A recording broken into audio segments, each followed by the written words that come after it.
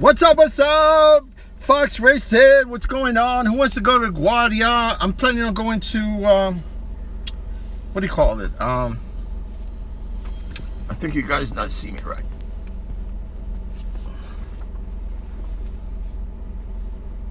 LaGuardia in the house. Who wants to go to LaGuardia? I take you to LaGuardia for a little bit. You guys want to see the bomb lot? You guys, Fox Racing coming at you. Today's Wednesday. I just wanted to, take you for a ride with me around New York for a little bit. If you guys wanted to have some fun, shout out. Connected to the chat.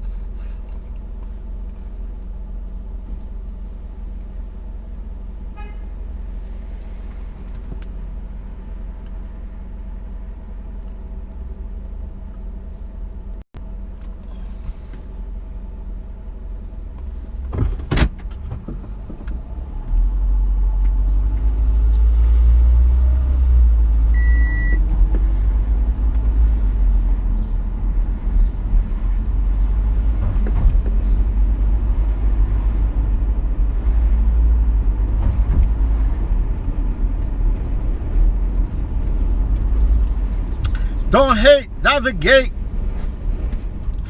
Don't hate, navigate. People hating on New York. People they hate. Some people hate New York, man. But New York, it's there's a resilient people in New York City, man.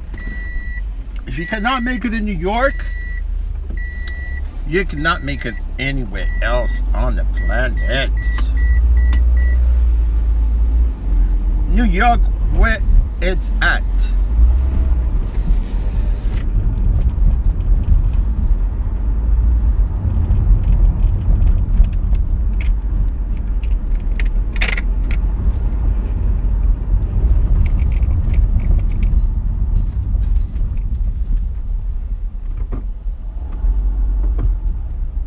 Oh, go ahead, man. Go ahead. You're good. What's up?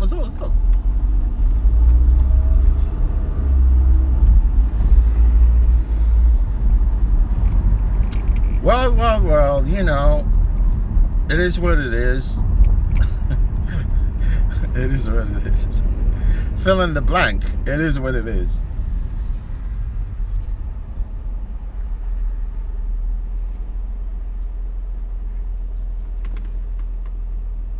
CC, how you doing, CC? Nice to see you. Thank you for coming to my live stream. Look, it's pretty cool, I know you live in Lancaster, right? You do, right? I think, yeah, you from PA. Yeah, I do go to PA a lot, and sometimes, if I need to get something done for my car, there's actually one of the Toyota dealers in Pennsylvania. It's kind of a little bit further west. It takes me like about 2 hours to get to the dealership.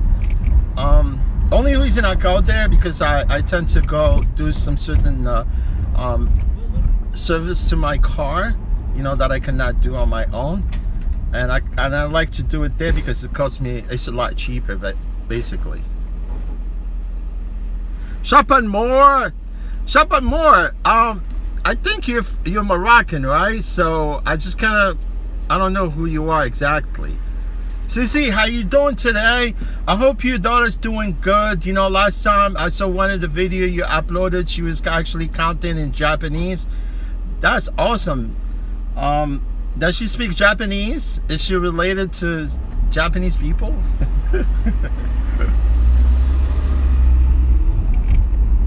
No, honestly, I just wanted to take some people because I know for a fact the only thing I'm going live because I just want to go through the queue, at the airport.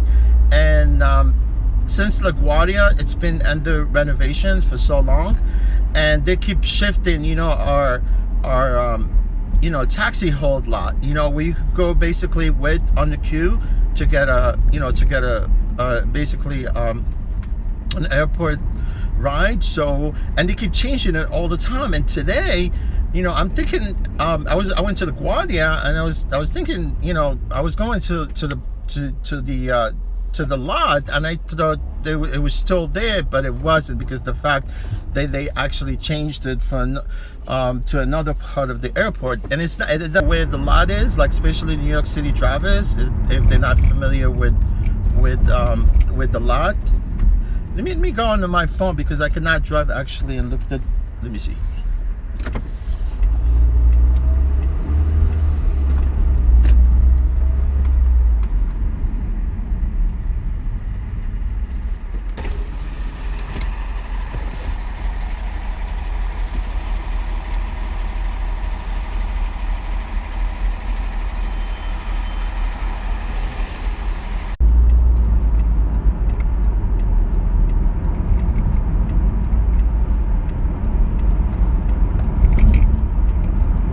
I'm actually I've been working all morning, and now it's about almost 4 o'clock, and I'm just gonna go to the lot again and just kind of relax a little bit there, take a break, take you on a journey with me.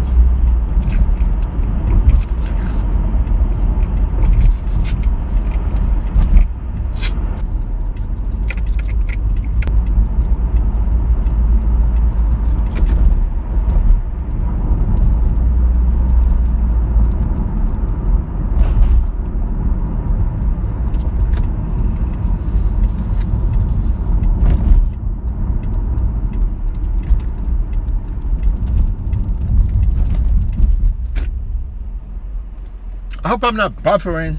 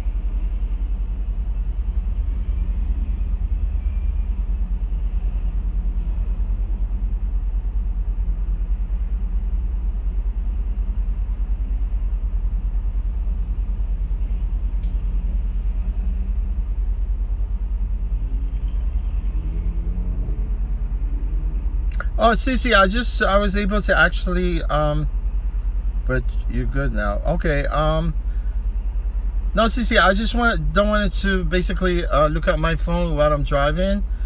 I know it's kind of not the way. I mean, it's pretty. I know for a fact it's dangerous while doing even live stream. Driving our vehicles, but. The only reason I decided to upload this, to do this live stream, I just wanted to, if someone is watching from New York City and they don't know where our bomb lot, where basically we go wait for rides, it's kind of new to me, and I'm sure probably some of the drivers from New York City, they already know where the taxi hold is, so. I think I'm buffering because the fact that more likely I'm on the Wi-Fi.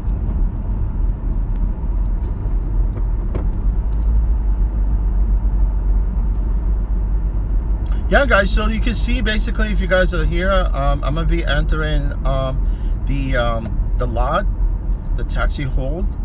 I really don't like to go here because there are too many cars. Back in like I could show you. Actually, I'm gonna turn the camera on the outside, and you could guys see how many cars are here. Back then when I was driving, you could see how many cars are here inside this lot while I'm making a U-turn. And this is the entrance of the lot. It's on 90th Street and Ditmas Boulevard. So I'm just gonna go in for a little bit, because I don't want to wait. Although, my status as a diamond driver, I'm allowed to actually get some of the rides before some of the drivers that actually have lesser status than I. So obviously, I'm just gonna wait for a few minutes here because I just don't want to wait this long, for a ride. But hopefully I could be able to get a ride. So now actually Uber is asking me to validate my account by taking the photos, and you can see how many cars are here. There are too many.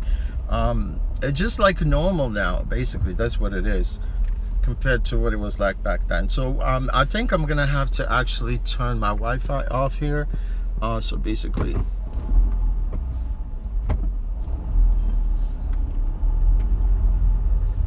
man, too many cars.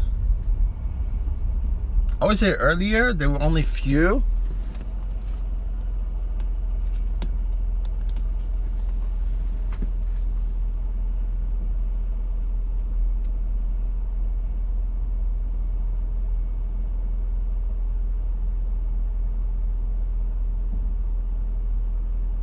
Hey, Maxito, you still there, bro? Maxito, are you still there? Maxito, I'm at the lot right now. I don't know if you guys know where LaGuardia, the new lot.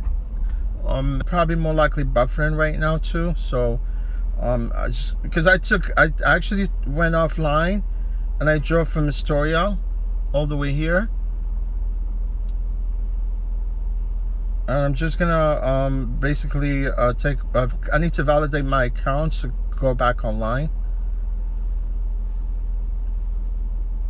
Damn, Uber, they're always asking me to take a survey. I don't want to take no survey, This crazy people, man. Take a survey. I don't want to take no survey. I don't want to take no survey.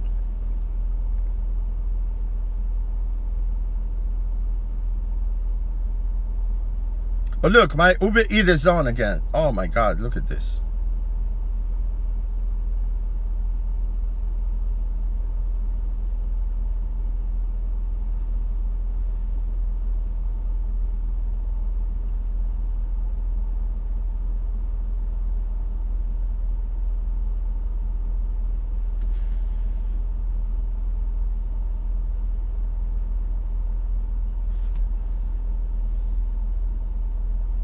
Damn, every single time you go offline, they want you to validate your account.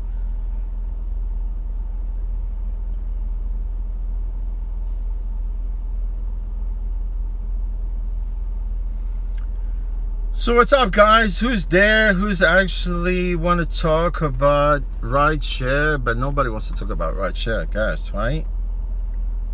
Because most of the time, people, what they do when they go online, they basically when they have live streams, sometimes they never talk about something that is important, to us, the community, when it comes to rideshare, and it's all about bickering and throwing F-bombs.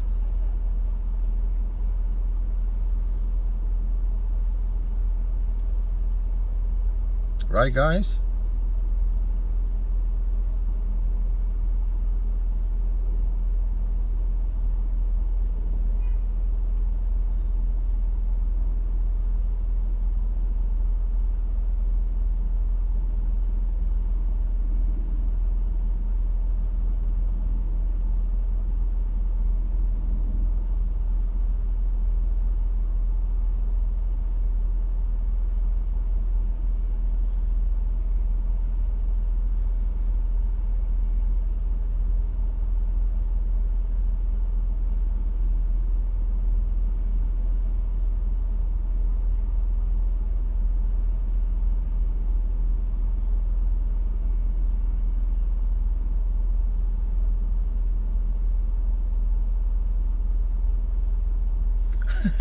I say some Japanese, no relation.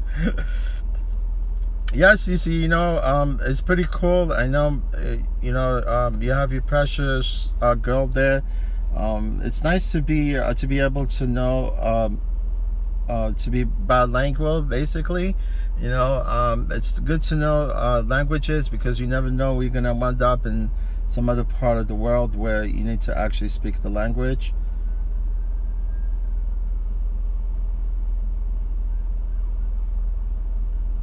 Yeah, this lot is actually full. Yeah, this week I'm gonna be concentrating on making extra cash. I'm challenging myself. I'm not challenging anyone else. You know, so it would be great.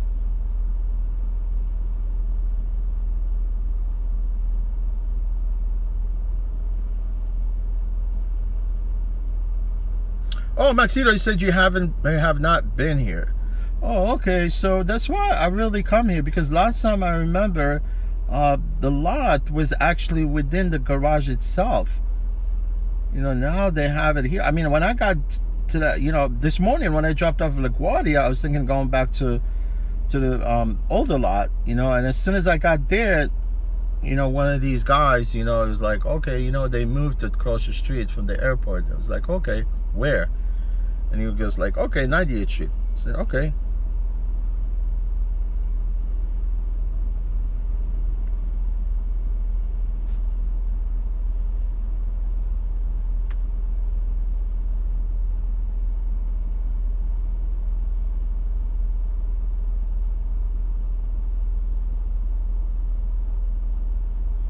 Mighty Heidi, what's up? Heidi, how you doing? Heidi, I'm sorry what transpired, with the situation. I feel so, just hold tight. We all go through these obstacles. We get, and honestly, we will get over the whole thing, and eventually we'll recover. I'm sure, I've heard you talking about, what happened to your house. They ransacked your house and stuff like that. It's ridiculous. um but I don't blame you. If you want to take time off, um and just forget about everything. You know what I'm saying? Sometimes you just wanted to ignore ignorance. You know what I'm saying? Ignore ignorance. Because some people, they don't have no, they just wanted to make your life miserable, and what you do, you ignore them. And basically, I hopefully you will pass this and recover from the whole thing.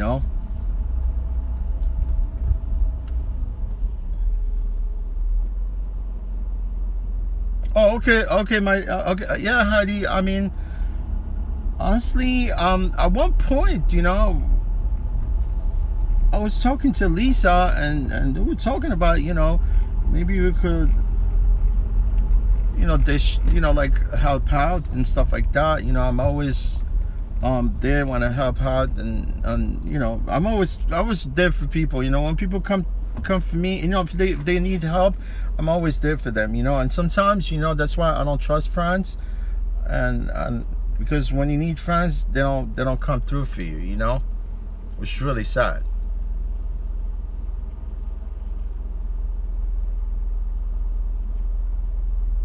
So Heidi, are you gonna be? I see you've been driving. Concentrate on one thing. Like if you're gonna be like doing rideshare, I would assume. I would definitely. If you, I know you said that you also like to do food delivery, so you could actually split between, like, during the week. A couple of days rideshare and a couple of days. That's why I have Uber and Lyft, and I despise Lyft because I really turn Lyft on, because I'm constantly getting work, with Uber. Although I'm still going back and forth with Lyft, trying to get paid for some of the cancellation fees that they just decided not to pay me at one point during the beginning of the pandemic. And hopefully I'm gonna get paid, and once they pay me, I should be able, but I'm making more money with Uber than Lyft, honestly. So I don't need Lyft at this point.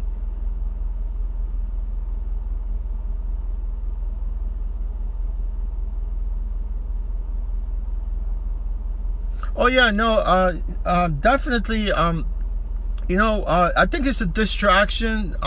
Like I said, I just don't want to do it. The only thing I decided to go live, because I was gonna come in this airport lot that happened to be new. So at this point, I just wanted to come here, to show some of the drivers if they don't have no clue what the new light is, you know. I'm sure most of them, they know what this place is, you know, because obviously, when they, because the problem is, you know, when we have these changes at the airport, because LaGuardia Airport, it's been under construction for almost like 4 or 5 years so far, you know, and they constantly keep changing all these directions, and sometimes I get there, but honestly, even though the fact that they're almost going to be done with LaGuardia, when the construction is going to be done eventually soon, and I'm familiar with all the terminals now, you know, like all the new terminals and things like that, but these lots, they keep changing them constantly, and if they do, we usually get like some, you know, like sort of an announcement or something like that, like an email from Uber. They're telling us exactly what the new lot is. But you know, I was kind of sort of shocked when I came here. The fact that I did not know. More likely, probably Uber did send out the, you know, some email about where the new lot is, but I probably missed it, whatever. But oh man, what's up? Oh man, what's going on? We need to get your jacket. No, you already got jacket. Oh man, what's going on, man? I mean, I know you're hustling, right? Are you doing some kind of food delivery, or what's going on, bro?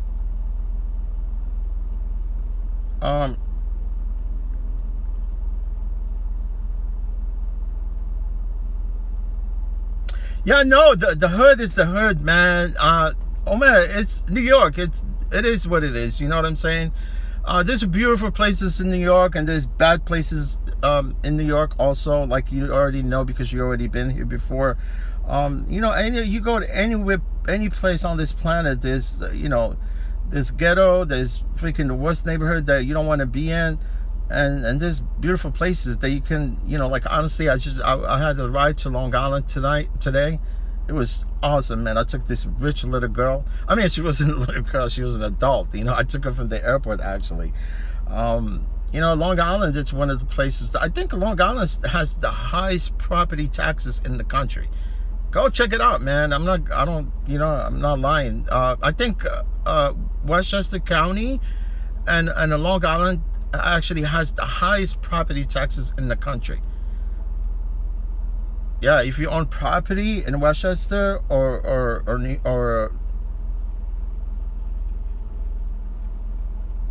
oh man, if you got, I mean, you got inspection, right? So because you at one point decided to just bail out, right?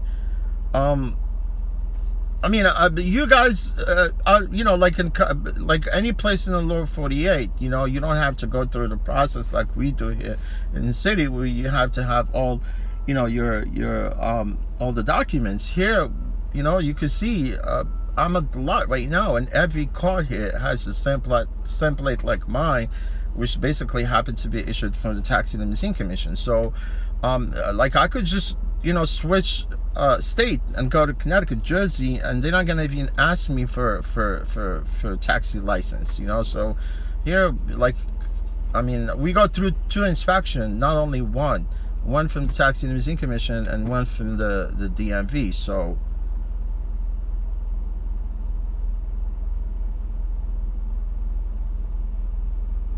yeah, oh man, I could tell you, man. I mean, if your cousin had a home here, I'm sure, you know, they probably more likely wanted to bail out and not having to deal with property taxes. You know, there's so many things. I mean, obviously, and still, you know, if you own a house and you own a mortgage and you haven't paid your house out, you know, you haven't paid your mortgage, obviously you're in trouble, because you're paying the highest property tax on your property. And also, you know, but if it's your house, I mean, you could manage, you know, to balance everything up. But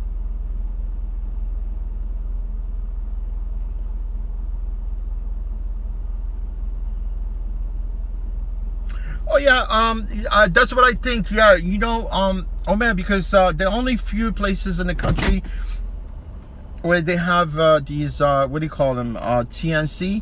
I think maybe TNC, transportation network companies.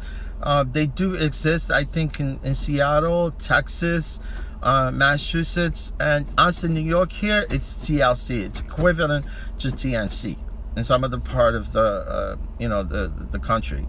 So and the other ones, what do they call them? I forgot what did they call them.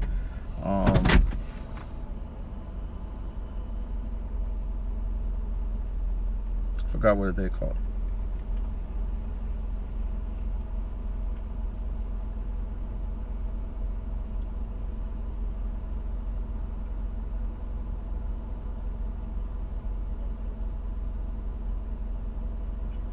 Oh, Payman, how you doing, bro? Nice to see you.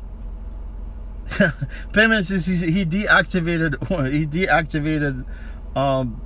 Uber. I don't blame you, man, if you deactivated them. Yeah, I mean, you could always, as long as you're in good standing with these crazy rideshare apps, you could always get back on. You know what I'm saying? You could go on your account right now if you have an active account, and you could just deactivate your account. Like Payment says. Omar, honestly, there's no such thing as there's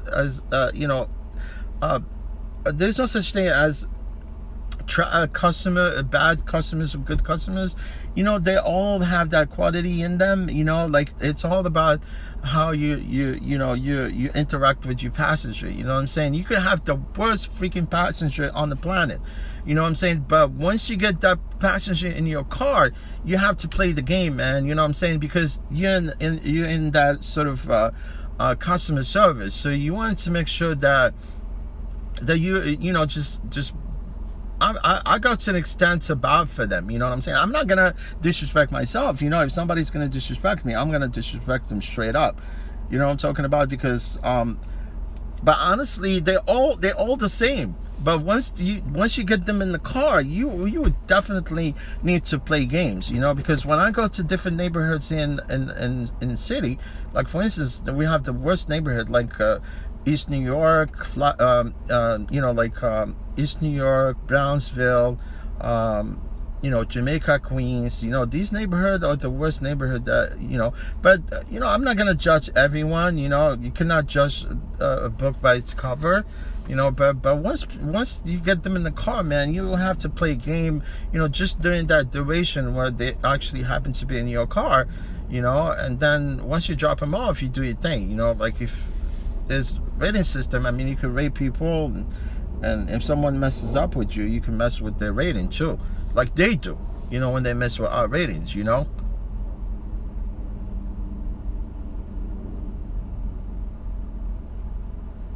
Yeah, Payman, just working hard, man. Like, like this week, I tackle all my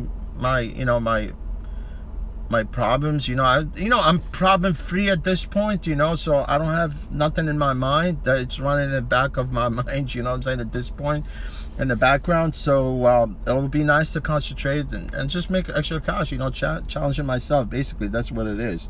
I mean, there's money out here. Honestly, it just. You have to be consistent. You have to be dedicated to what you want to do, when you're out here working. This morning, I took, I kind of, my car was filthy. I never really, when I go to wash it, I don't really kind of sort of do any,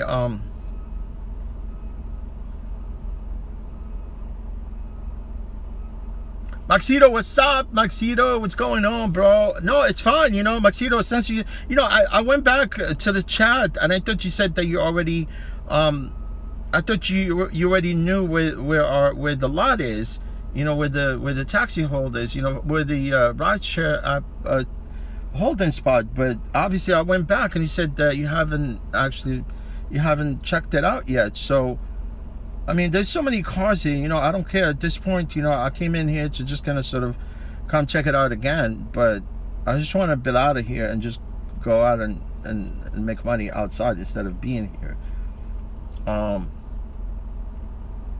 Usually what, since I have the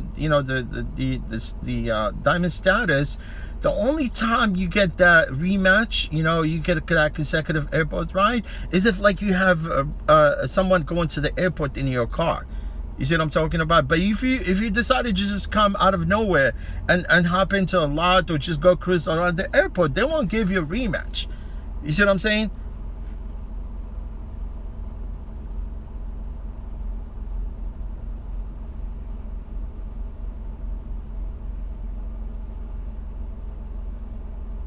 Oh no, yeah, Maxito. It's on 90th Street. It's Flushing, just right across the street. You know, with the VAC College. You know the what do you call it? Um, it's an aviation college. You know, it's right across the street for Enterprise. Rental. You know, the Enterprise, the car rental. And it's on 90th Street. You can see it. You cannot miss it. You know, it's plenty cars right here, as you can see. I'm gonna drive around the lot, and you can see there's plenty cars right here. And I bet you, man, if I move out of here and go outside, as soon as I turn my app, I'm gonna get a ride. You know, I just don't understand. Sometimes people, like, if pre-COVID, man, there were no cars. You know, these guys, I don't know where they had their cars. They were hibernating somewhere. You know, they kept their car, like nobody was driving at that point when I was driving during the during the beginning of the COVID. But now there's so many cars right here. You can see it yourself. There are too many of them. I'm just gonna circle around and you can see a bunch of them. They're all parked here.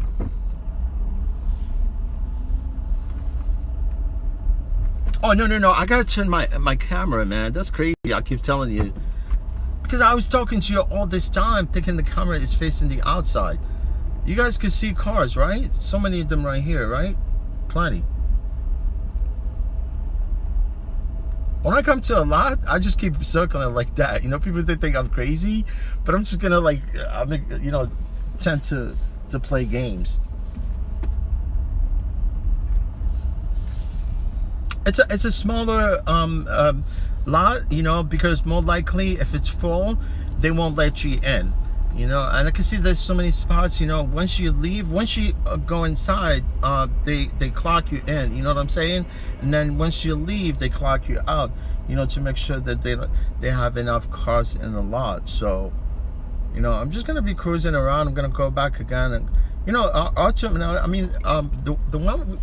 Our lot in you know, we have a lot in at what do you call it, at JFK, and it's almost twice or 3 times the size of this one. You know, I mean, it's it's never full, but once you go inside, for some reason it says full on my end. You know, like my app, it's saying it's full, and usually when we get closer to the airport, sometimes they lock us off, and once you go into a lot, you know, it just doesn't make no sense to stay here anyway. But like I said, the only time I get rematched or I get like a consecutive airport ride, if it's like I'm already going to the airport with my passengers, I'm gonna, you know, if I, you know, like I'm taking them to the airport, and that's the only time where I get rematched or I get consecutive ride from the airport, you know, as a diamond status. So.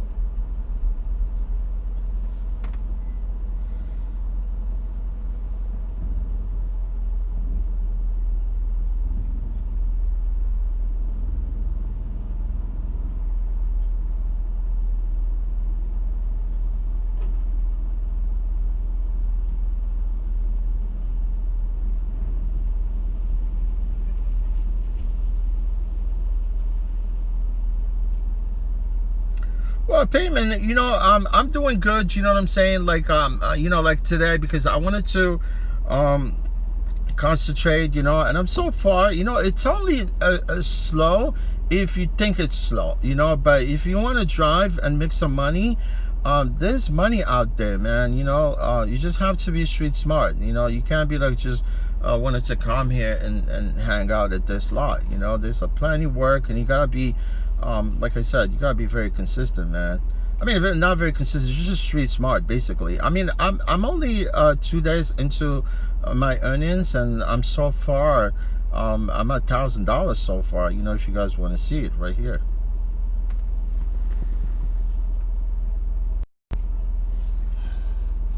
If you guys could see it.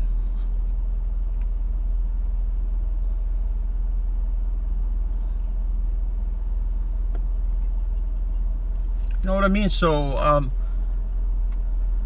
I came out this morning. It was kind of slow at that point, and I said, okay, you know what? My car was filthy, man. I don't think I ever, vacuumed my car for almost like maybe like 6 months. I think almost 7 months, because I do just go through the car wash. I go nighttime because I don't want people to have me come out of the car. You know what I'm saying? And having to go. Last time I came out of the car, this guy broke my handle. So I usually, what I do is not, payment, you're right, man. You can't live stream and then doing this nonsense, driving people around, because it's dangerous. It's very dangerous. I'm sure people will agree with me.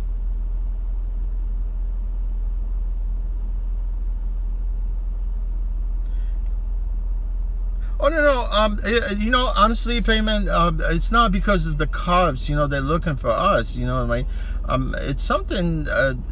It's a subconscious thing. You can't be like driving around and, you could be talking, but you don't want to be looking at the phone at the same time and driving. It's a split second, man. You could take your eyes off the road, like 1, 2, 3, and somebody comes out of nowhere and you're done. I definitely don't want to do that. I just happen to be here at this point, so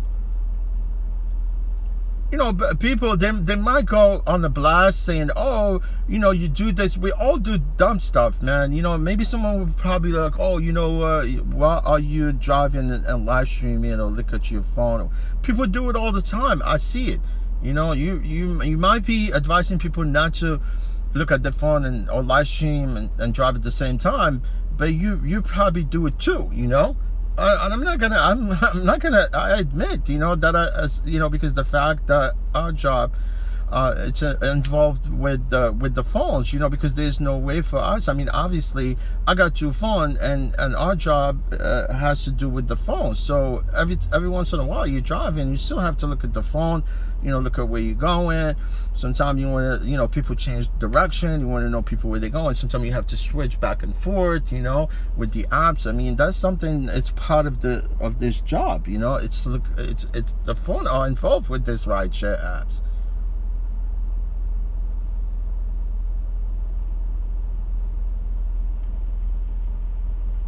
Oh yeah, Maxito. Yeah, it's no point, honestly, because I thought, just stop by here because I've never seen this place, so I'm anxious to actually leave at this point, but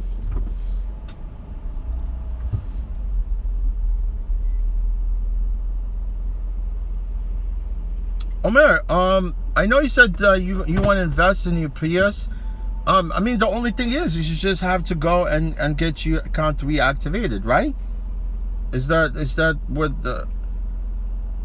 I mean, Prius is something that you might consider buying, I mean, they have them used, but the only problem, I don't want to deal with the Prius, buying it used, unless if it's got low mileage, because more likely, because most of the Prius, I mean, obviously you want to buy it in hybrid, right? So you could save a little bit on gas.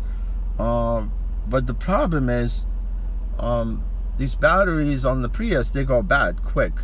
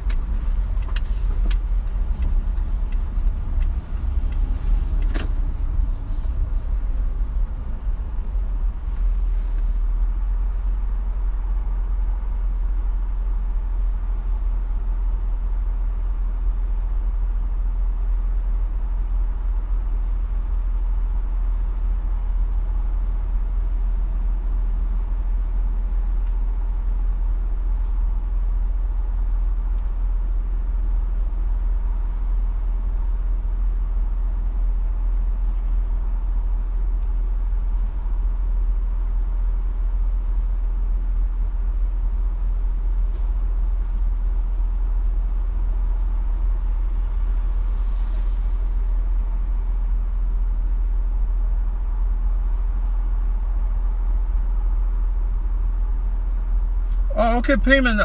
Do you have like Prius yourself? I assume you do have one. I mean, I know that they use them in our garages here at taxis, and these cars, they fall apart so quick within like 2 or 3 years, and they have to replace them with new batteries. I mean, it all depends, you know, because if you go over like 200,000 miles, obviously at that point you probably more likely need to change the battery.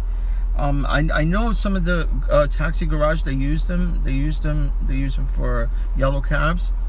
And I'm sure, you know, you're definitely gonna save a little bit of gas, you know, when it comes to like using it for a couple of years, you know. But you don't want it to flip it once you actually hit that 200,000 miles. I think sell it, whatever. But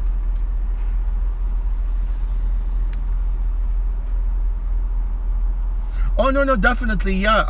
I don't know payment, because I've heard like if you I don't know if that should cost $1,500 from the dealer, because you're looking at, you know, because if I wanted to buy a battery for these hybrid cars, more likely I would consider buying an OEM battery. You know, I'm not gonna buy some Chinese battery that's gonna die again. I don't know if they cost about 15, because I don't own one. I've never owned Prius, but I know the batteries, they go for like $2,500 if I'm not mistaken. Because I don't know if you do have. Oh, so you total your car. I see what you mean. Yeah.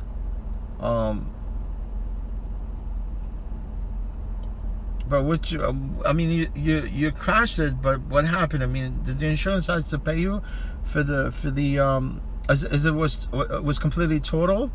You had to get rid of it, or the insurance company paid you for, they compensate you? What's the deal?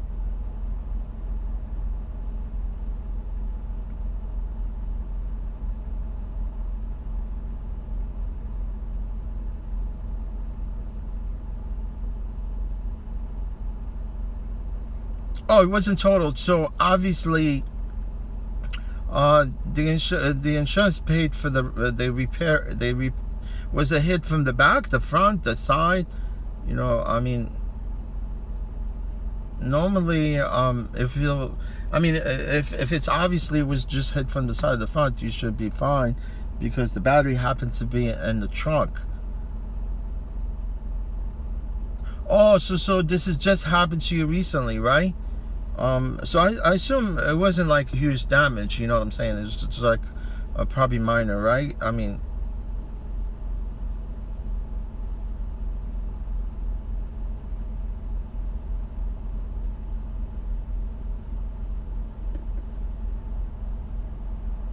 so payment, what happened? Are you okay, man? I mean, is this that happened just recently?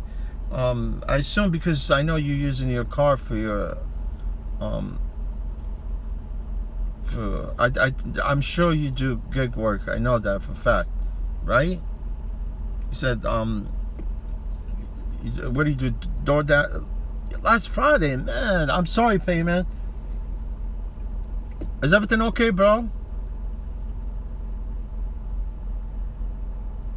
Oh, you know, payment. You're cool, dude, bro. You know, like honestly, you're admitting the fact that, you know, it wasn't your fault. It just happened that you know, probably, I don't know, were you working?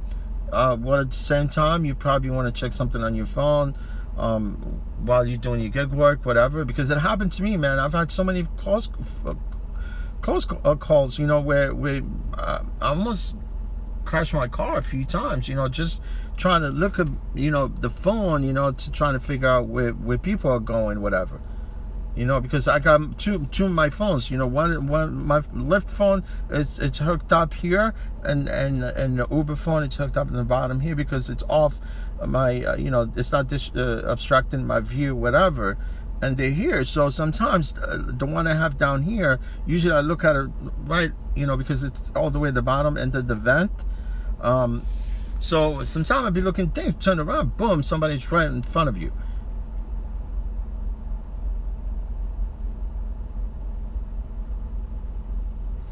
Oh, okay. I mean, did you actually did you report the obviously, if you need your car fixed, then you have no other alternative but to report that accident, right? Yeah. Usually I'm keeping my finger crossed, man. Since I actually been driving for Uber Lyft for almost like 6.5 years so far, nothing really happened so far, and that's the worst thing that could happen to a driver. You know what I'm saying? Doing gig work, whatever. Like for us here, drivers in New York City. Next thing you're out of commission, and obviously not only that, man, is that you have to deal with the insurance company, man. They're gonna jack up your policy. Our insurance are very expensive, man. Our insurance are $4,500 a year. That's almost with a clean record. You know what I'm saying? And once you get in an accident, you submit a claim. Damn, man, they jack up your insurance, and there's nothing you could do about it. If you own a car, I bet you 100% that 99% of these cars that you see right here in this lot, and I assume they buy like almost 150 of them, they're all people that own their cars. You know what I'm saying? They don't rent. The rental companies don't rent cars. Nobody could afford to actually rent a vehicle nowadays. The only thing I could more likely to think about renting a vehicle is if I could rent like one of these what do you call them?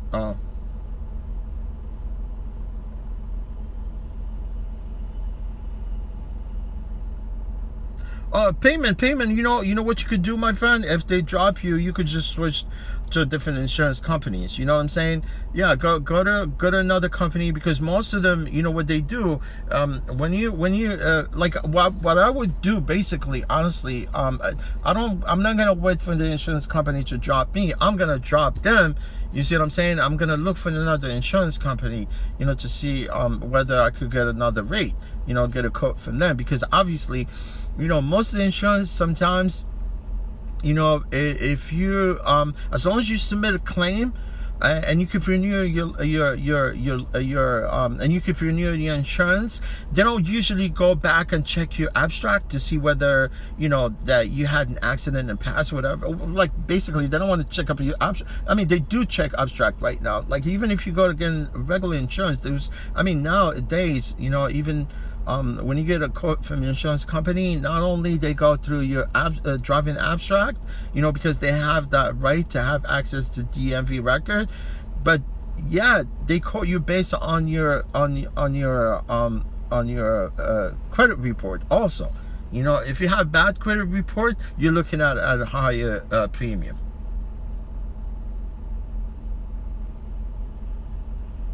If they drop you, if they, what would I do? Obviously, they might not. Why would they drop you, man? The only thing is going to tell you, look, this is what you're going to be paying.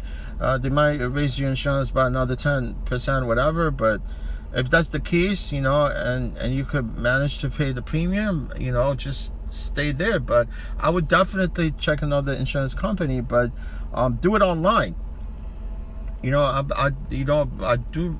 I have a pickup truck also, and my insurance on a pickup truck is about $56 a month with Geico. So most of them, if you've been with them for so long and you never really kind of did any submitted any claim, they renew your insurance. They even give you, as long as you get a defensive driving course.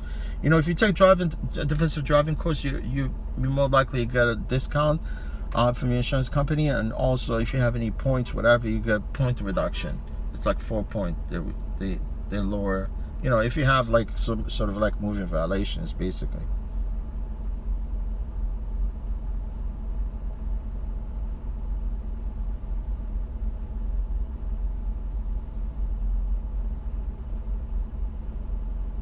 Yeah, payment. If I were you, I would have never come forward and being honest. Sometimes it just hurts you. Sometimes, what I'm saying. We all have to lie sometimes to get out of certain situation. But honestly, you should have never told him that, because you was backing up, and you were driving. He was backing up, basically, right? That's what she said.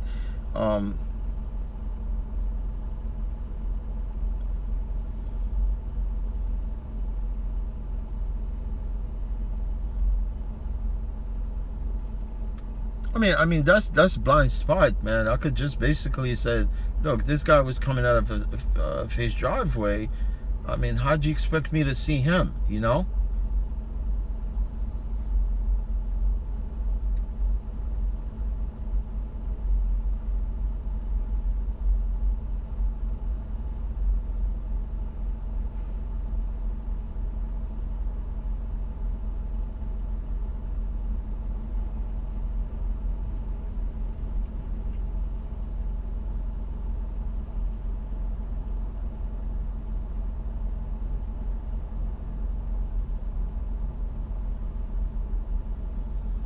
Yeah, I could just see Omar says the customer.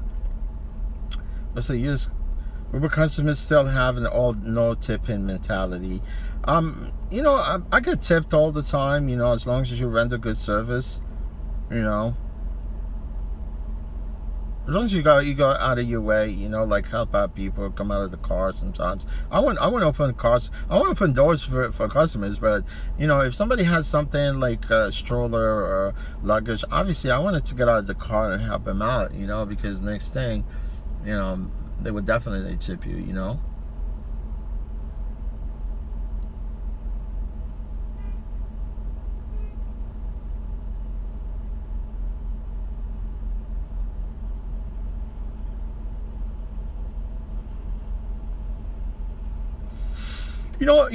Payment. If I was to get into some kind of fender bender, as long as there's nobody got hit, in this situation, because some of the drivers, especially if they don't have some kind of luxury cars, where like obviously if I have a Toyota that costs nothing, what I'm saying, because my car is so old, even if I trade it in, they won't give me anything for this car. But my car is almost like it runs like tight, like new.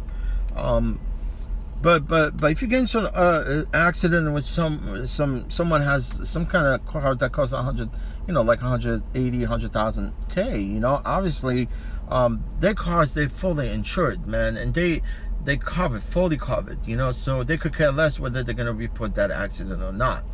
Um, but sometimes you could tell, some people, they will probably, instead of, because I mean, I've done it before, in the past, where at one point, when I drove yellow cars back in the 90s, I drove for almost like 12 years straight, while I was going to community college back then.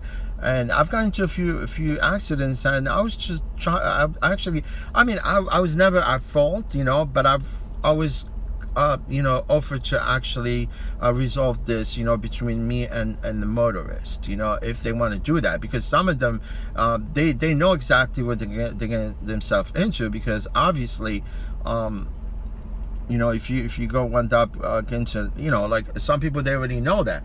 But if I was at fault, I would try to work something out with the driver that could actually see if I could be able to get his car fixed. As long as I could be able to afford, that damage, because you're saving a lot of money on the long run. Because obviously, if you get into an accident, it will put you out. You report that accident. I don't know if you know this, that if you report an accident, it stays on your driving record for 5 years, man. 5 freaking years. It never goes away. Versus a moving violation, it's 18 months. Moving violations, they go away after 18 months.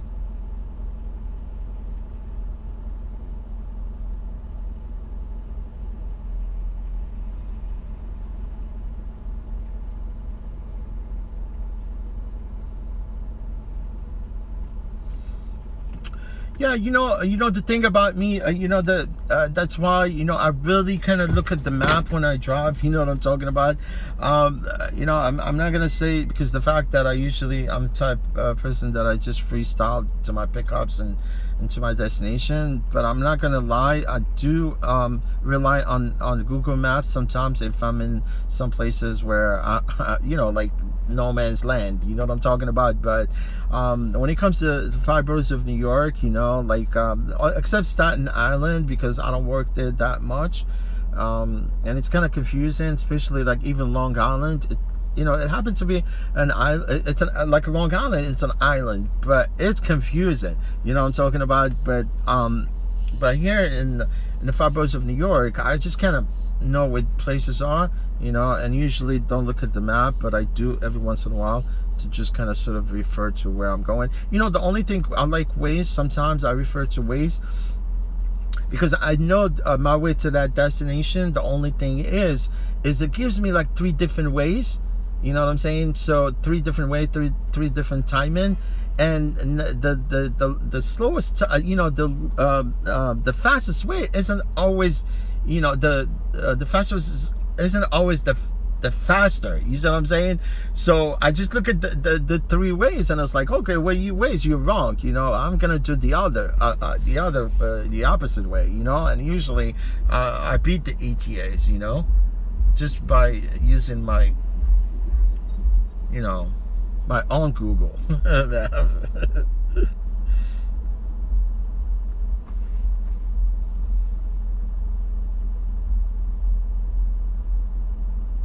Oh, the guy was in a Lexus.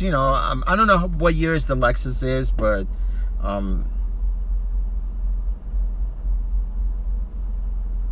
yeah, I mean, obviously, some of them, they already have the insurance. They could actually, I mean, if it's a Lexus and it's a high-end Lexus, so more likely, they might want to report it.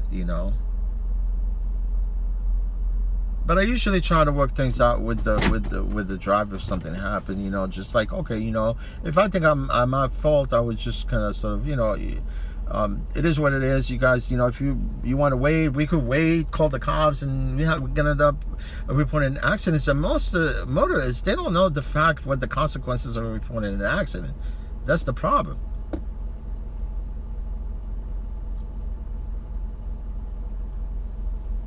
So payment, I mean, are you gonna be going back? Because I never really know. Because this happened while you were doing gig work. I'm sure, right?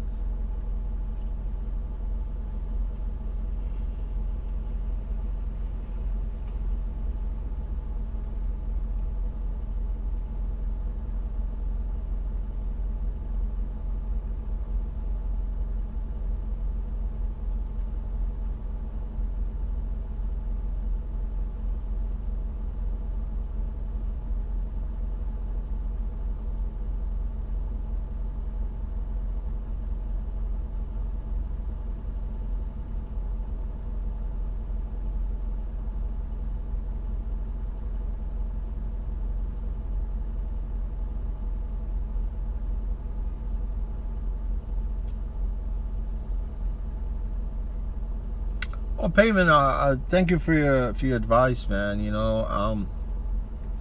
I've been, payment. I've been there, done that. I've been through a different situation in my life where, sometimes if you keep repeating the same mistake and if you don't learn from your mistakes, then it's something wrong with that person. I've gone through a lot in my life that I come to realize certain things, but sometimes I usually look at the things ahead. I don't look at the end of the tunnel. I look at the beginning of the tunnel. I usually but this is taught me a lot. Back then I've made so many mistakes. When I drove, not just generally in my, when it comes to our lives, if you make a mistake, you should just try and avoid it. Maybe that's the only way probably you're gonna be able to survive to see the next day, right?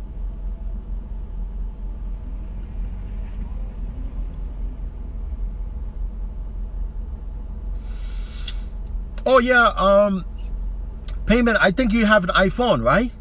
That's why your GPS wasn't working. Does it say like no GPS network or something like that? Although you do have because I know it happened to me with my iPhone because I'm all about Android. My phones are all Android. But if it does happen with your iPhone, what you could do is There's so many things you could do. I mean, honestly, and I know most people might know this. You could force your GPS, stop it, relaunch it again, or just basically uninstall, reinstall your GPS. I mean, I don't know what GPS do you use. If you use Google, you cannot uninstall Google. You see what I'm talking about? The only thing you could do with Google, you could uninstall the update. But Google Map will be there. You see what I'm talking about? But if you're using Waze for some reason, what you could do, and you could, that works with Google Map also. If you have any problem with Google Map, what you could do, you could back up your phone. You know what I'm saying? Because I know iPhones, they have iClouds, and same thing with Google Map, with Google Phone, because we all have Googles. We all have Google accounts. That's what I like about Google account. Basically any phone, any contact that you have in your Google Map, in your Google phone, it goes directly to your Google Gmail account. So even if you lose your phone, you could go back and retrieve all your contact. Versus like iPhone, I'm not sure if you could be able to do that with the iPhone. iPhone, you could back up all your stuff. I mean, basically that's what you do. With the iPhone, you could back up all your stuff and then reset your phone to factory. You see what I'm talking about? Because you could back up your stuff to iCloud, and you could reset your phone to factory, and it will bring back all your apps and all your settings basically.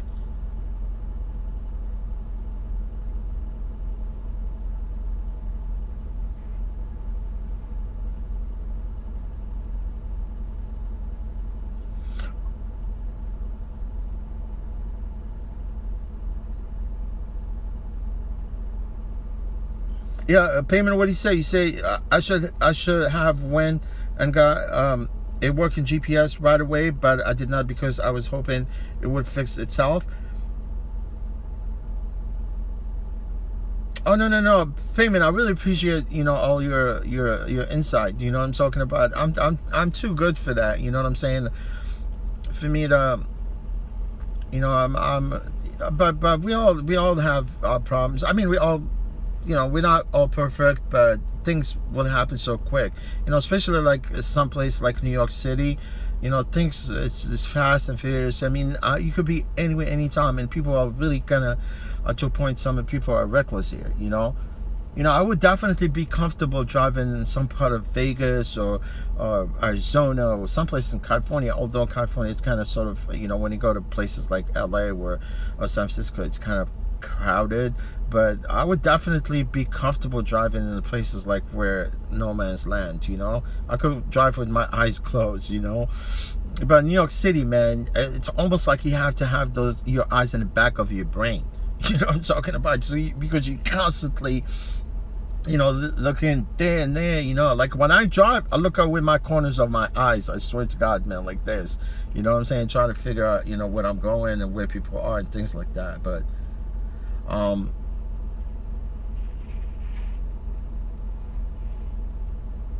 no, I mean, my phone is there, like obviously we all do gig work, and that's part of our part of the game. It's the phones. Everyone is like distracted with the phones. I'm not gonna lie to you. Sometimes I come to a stop and then I'll pick my phone up, looking at it, whatever. But I make sure, I try not to drive and look at the phone or live stream while looking at the phone at the same time. I mean, you could live stream as long as your phone is put away and just talk, basically while you're driving, but it's still distraction. It's still distraction. You see what I'm talking about? So, honestly, I mean, I did came up here to do this live, to just kind of drive up to this lot, because some people, they might not know where this lot is. Like one of my subscribers, his name is Maxito. He actually, at one point, I thought he said that he knew where the lot was. Then eventually, I went back to the chat and I could see clearly that he didn't know where the place was. The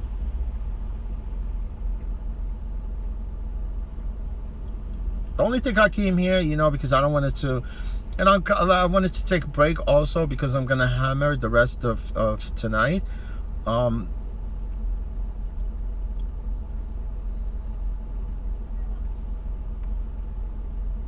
BK Blazin, what's up, my boy? How you doing, my friend? I know you from Brooklyn because that BK, it's all Brooklyn, man. That's a lot.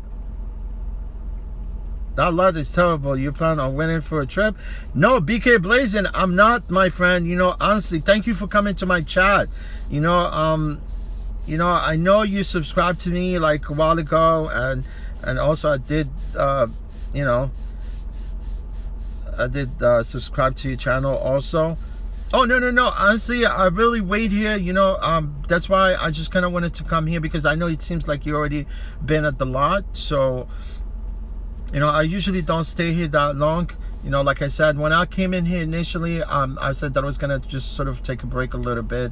And then eventually go back out and hammer. I mean, honestly, as soon as I'm going to drive out of this lot, you know, I could turn right there. But then tomorrow, so go to Astoria, boom, I'll get a ride quick, you know.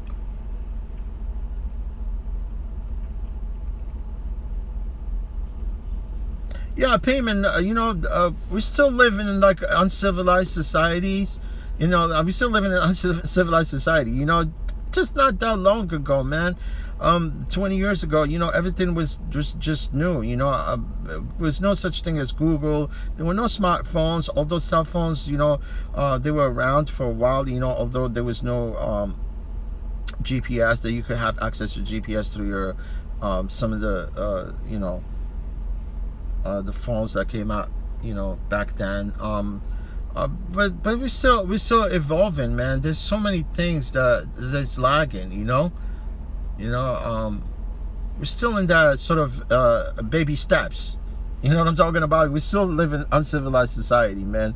If people can get along with each other, how you tell me that we could actually be civilized society? You know, look what's going on, man, with this presidential thing. You know, you got these people. I could just basically yeah, man. I could go on and on. You know what took place at the nation's capital, but those people, they were clearly illiterate, and I just and I could definitely, if I was the law enforcement, I would charge every person with terrorism, and they could go for you know, for the rest of their lives, you know, in jail, you know. BK Blazin, you from Brooklyn? Because it says BK, right?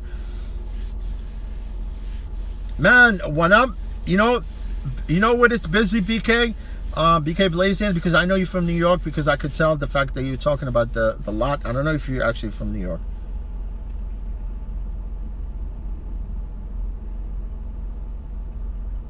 Oh no, man, you know what I'm saying? This is what I'm talking about, payment. You know, it's crazy, you know, like sometimes you get a ride, right? And then you get to a pickup location. Not long that you get a request, and then you click on the request, and you still drive like 3-4 blocks, and still the phone is not showing you where the pickup location is. You know, I could care less what phone service do you have. You know what I'm saying? I could care less how fast your phone is. You see what I'm saying? You're still gonna lag, because you know, you could be in a death spot, some places where there's no service. You know what I'm talking about? And then you get this, and you get, you know, because you know how the phone, obviously most of the gig work, they have all these Google map. It's integrated into the app itself. You see what I'm saying? You see how you get, when you get a request, it will automatically you know, connect to, you know, will automatically connect to GPS, basically, because it's integrated. Because Google Map, it's integrated into every app, basically. You see what I'm saying? Like I said, I don't know if I mentioned before, like if you go to any phone that you use for your Google, for your gig, you know, you could just basically go to your privacy in your iPhone and toggle off your location. You won't be able to use your phone. You see what I'm saying? So it's Google Map. It's a part of the whole thing, basically. So down the long, you get a request, and then it takes a while for it to actually show, right, where the pickup is, and then it will connect to whatever the GPS that your preference. You know, as far as like, because my preference is I like to use Waze instead of Google Map. You know what I'm saying? So it will because obviously, and then once you get to the pickup location, you try to validate the person's name. They get in the car, and then you start the trip, and once you drive off, you're still not being able to see where that person is going until you drive like a half a block or even block whatever, or 2 blocks, because that's how phones are. They don't have fast processors. The fastest processors on these phones, they're probably 1 gig, I think, maybe 2 gig. I'm talking about random access memory. I'm not talking about the space. You know what I'm saying? So,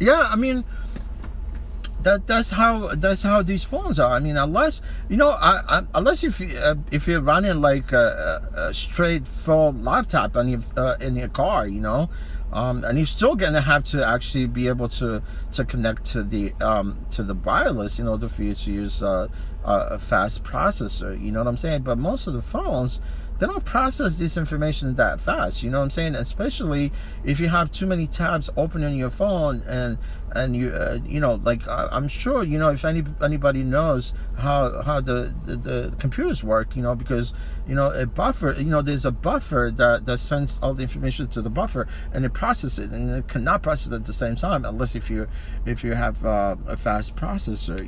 Most of the I know some of the computers now, they have almost like 64 gig of RAM. Some of them they do. Yeah, I mean, the one I have at home is about 16. So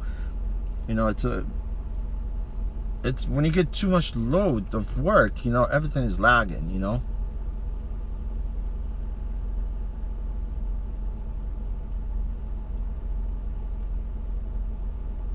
I mean, you cannot get rid of the phone because you have no other choice. I mean, that's part of the job.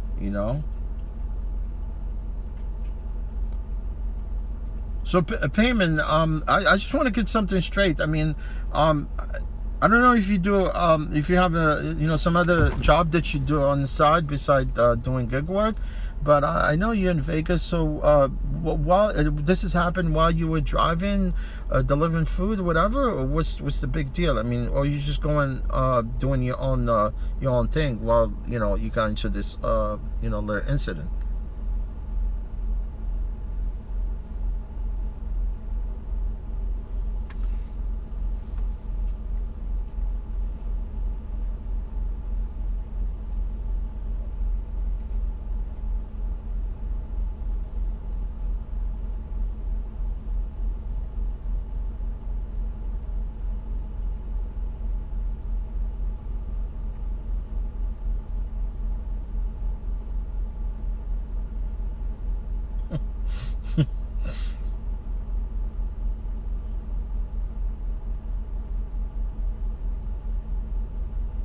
I agree with you, Payman.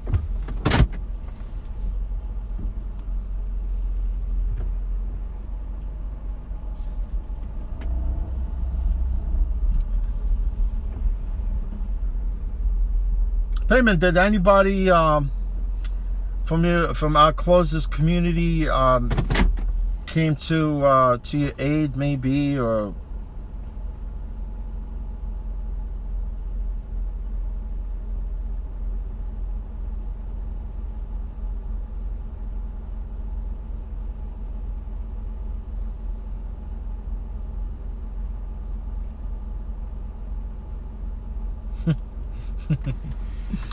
It's crazy, man. This job, it's not for everybody. You know what I'm talking about? If you want to do this job, you gotta be up to the game, man. I mean, it should be some way how to actually get to someone's pickup location, without using the phone. But I don't think there will be such a thing, because honestly, when I drove cars back then, there were no cell phones. They were only beepers. We used to have beepers, I'm sure you know what beeper is. Obviously, everybody knows what beeper is. And we used to get they beep, they send us like a work, and we like they beep you, right? And you get the phone because you know the car service phone number, so you would have to go to a cell phone. You have to go to a public phone in order for you to call to get that job back then. But Uber Lyft, they're not gonna um, have you call them to get the pickup. You know what I'm saying? To go pick someone up.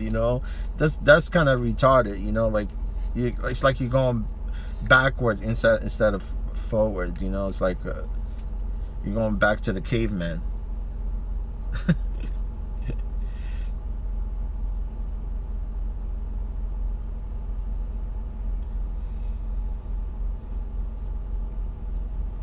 Yeah, payment. I mean, honestly, there's nothing we could do about it. The only thing is, you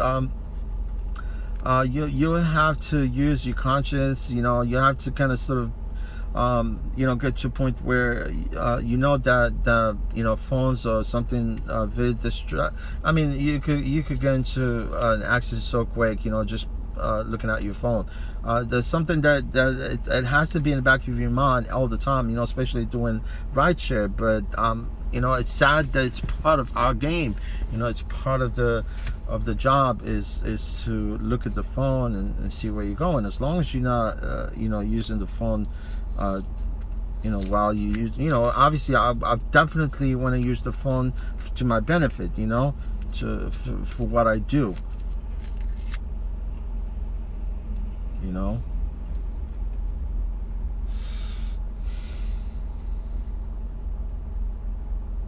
Yeah, cavemen Neanderthals. Neanderthals are actually even smarter than cavemen, I think. Neanderthals? No, Neanderthals are actually older than cavemen. Yeah.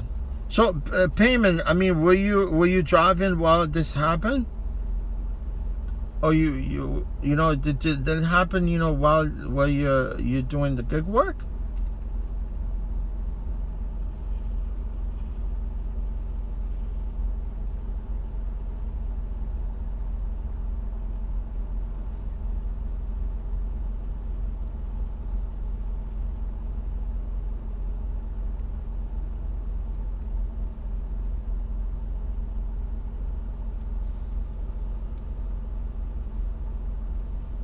Man, most of these cars here are SUVs.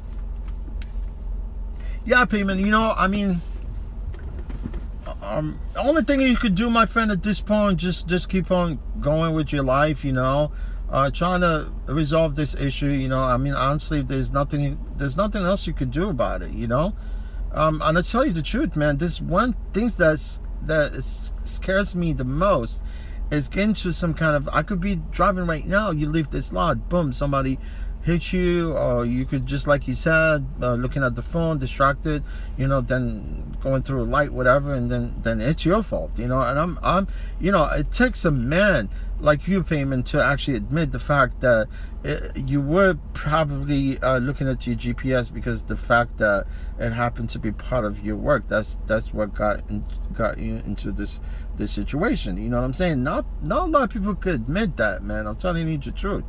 I could be frank with you right now, man. If I was in the car and that shit happened and I was looking at the phone, because obviously, I would probably more likely try to save my ass by saying, okay, fine, accidents happen. There's nothing you can do about it. But, sometimes you're admitting you're at fault, But it takes someone with a lot of balls, to for you to come, to admit the fact this has happened while you're doing, the gig work, and it happened to be that you're trying to get your GPS to work to to be able to make ends meet. But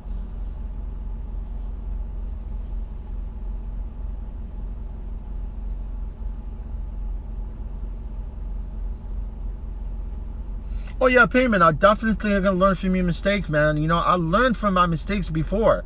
You know, when there were no phones. You see what I'm talking about? I got into some, really bad. The last, the last. You know, I'm not gonna tell you I'm good driver, because there's no such thing as good driver. But I'm kind of skilled driver. You see what I'm saying? I anticipate things, before that happens. You see what I'm saying? Unless if it comes out of nowhere. I'm driving, next thing I know, somebody comes out of nowhere, boom, take me out. This has happened to me. Actually, my last, when I was driving a cab,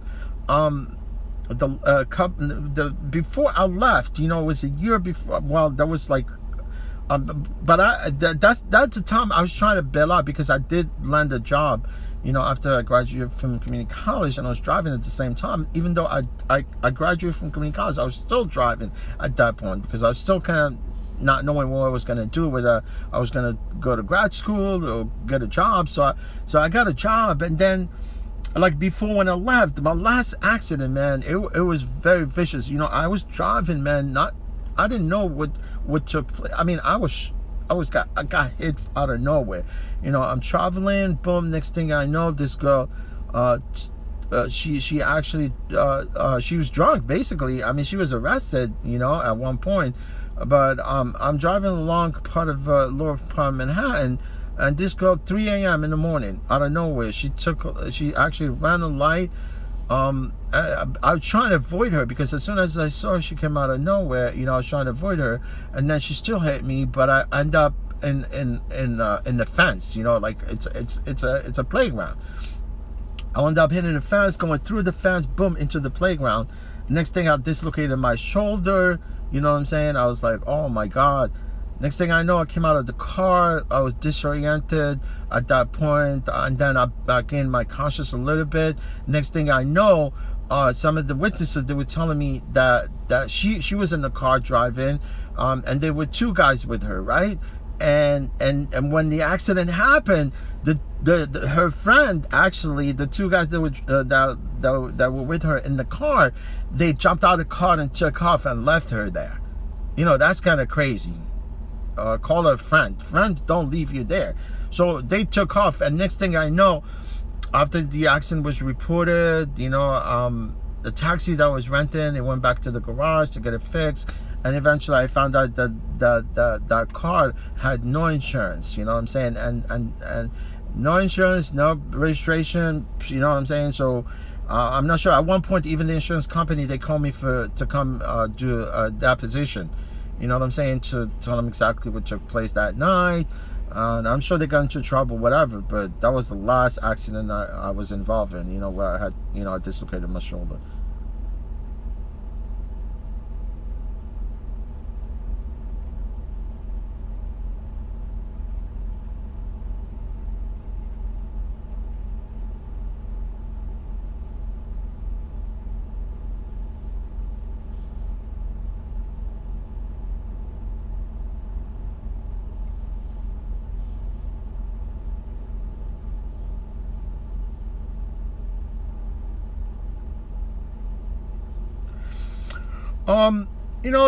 The transit, they do have their own lawyers, so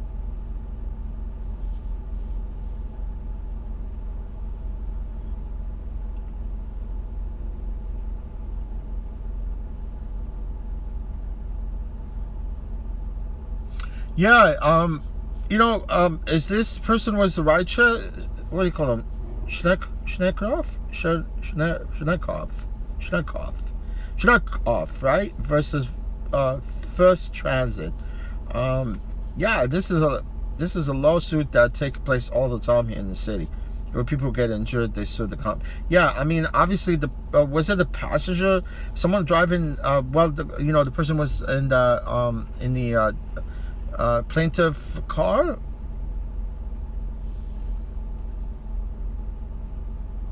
Oh wow, but that was fast, right? And they awarded the plaintiff 15 million, the defendant, right?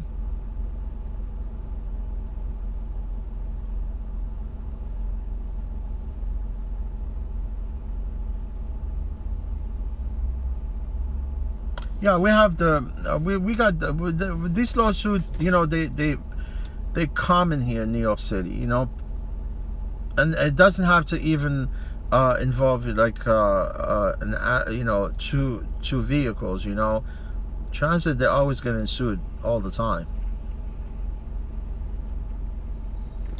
Oh man, I gotta check this thing because I don't have. Oh my god. Let me see.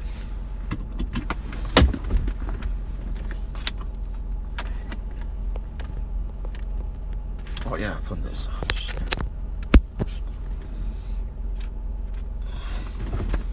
Payment. I'm gonna drive outside the lot.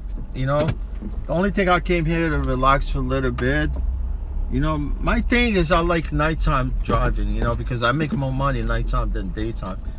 And the only thing I've been out the whole night because I want to hit that $3,000 at the end of the week. You know, just for fun.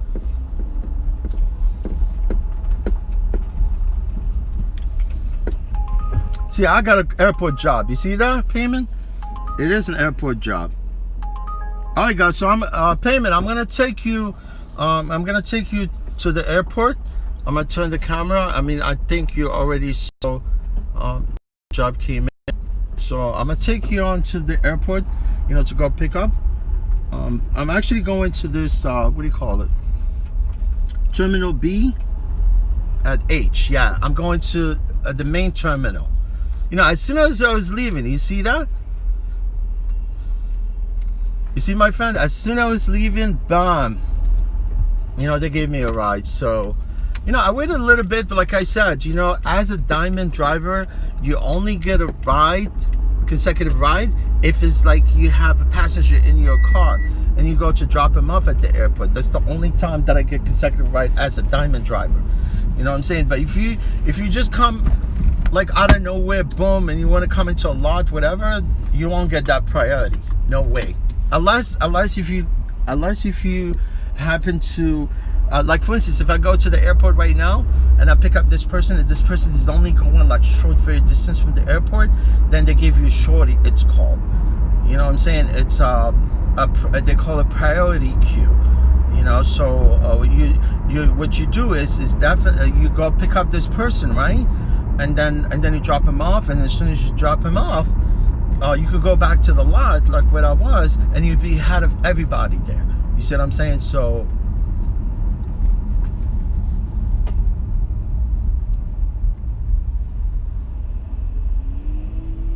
oh no, at this point, Payment, you know, I'm gonna drive you to, you know, you can see LaGuardia right now.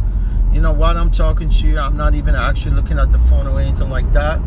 I'm just gonna take you to the terminal when I'm gonna pick up my passenger. You can see as soon as I was talking to you at the same time, and boom, I got a pickup. So, because I was leaving the lot. You know, I was leaving the lot. I just didn't want to buy. You know, the only thing, like I said, I went there because I worked this morning and kind of was slow, and then eventually decided to go live. You know, to tell people, you know, to tell my my riders, you know, my New York City drivers where the lot is. Basically, that was only my intent initially when I went live. But yeah, I could see chat here from the screen. You know, when I'm in here, I have a good tip, safe. You got it right, yeah. Nice, yeah. Yeah, Maxito, you know, I sat there for a little bit, like I said, you know, I know you asked me about the diamond status, you know, and I told you exactly through my answer that most of, you know, as a diamond rider, as a diamond driver, you get a ride while you're going with the passenger into the airport. You know, you can't just like, okay, but just because you're a diamond driver, you could just be circling the airport, then you get a rematch, or you get a consecutive ride, or you get a priority, something like that. But obviously, you need to have someone in your car going into the airport. So Maxito, I'm sure you know that most of the pickups now happen to be inside the garage. So I'm going inside the garage right now. You know what I'm saying? To go pick up. You know, that's why I'm like in the beginning, pre-COVID, post-COVID, it was just like sad. You know, things there were no passengers here. Nobody was flying. You know, now things are actually going back to normal. We can see a lot of people back flying, you know. LaGuardia, it's actually to a point. 80% of it, it's almost complete, right? So my pickup will be at this terminal, which is the main terminal, and I'll be picking up person at lane H. You see what I'm talking about? So, you know, that was my plan initially in the beginning when I came picked up this my first ride here. You know, to go to what do you call it? Yeah, I wound up going to Long Island, basically. Yeah. So this is H. We got J, H, and the first one is G. So hopefully this person happened to be on H, because you know how it is, man. People, they just randomly kind of request cars and they don't even know where they are. So yeah, H. I think it's this person. No luggage. It's nice. Hi, how are you today? Good. Oh yeah, your name? How are you? Hi, how are you? Good. What's your name, please? Kelsey. Oh, Kelsey, how you doing? Good. I assume you work here, you know, because you don't have no luggage. Yeah, that's why, you know. I was like, okay, no luggage. No luggage. Yeah. How was work? Long day. It was? But it's over. Yeah, I know. It's amazing. I mean, honestly, I've been working since the beginning of this nonsense, you know, COVID, you know. Yeah. And back then, there were no one here. You know what I'm saying? Nobody wants to actually fly things out. But you know, the airport got a break. You know what I'm saying? If it wasn't for COVID, they would have never been able to actually do a lot of work, right? Yeah. Yeah. Yeah, I actually work on the construction. Oh, you do? Yeah. Oh, I thought maybe you work inside the terminal, No, like no. because I pick work up a on the lot. projects. Oh, I see what you mean. Because I pick up a lot of TSAs. Yeah. Yeah. Yeah. I pick up a lot of TSAs. Yeah. Yeah, we got a lot done in this time.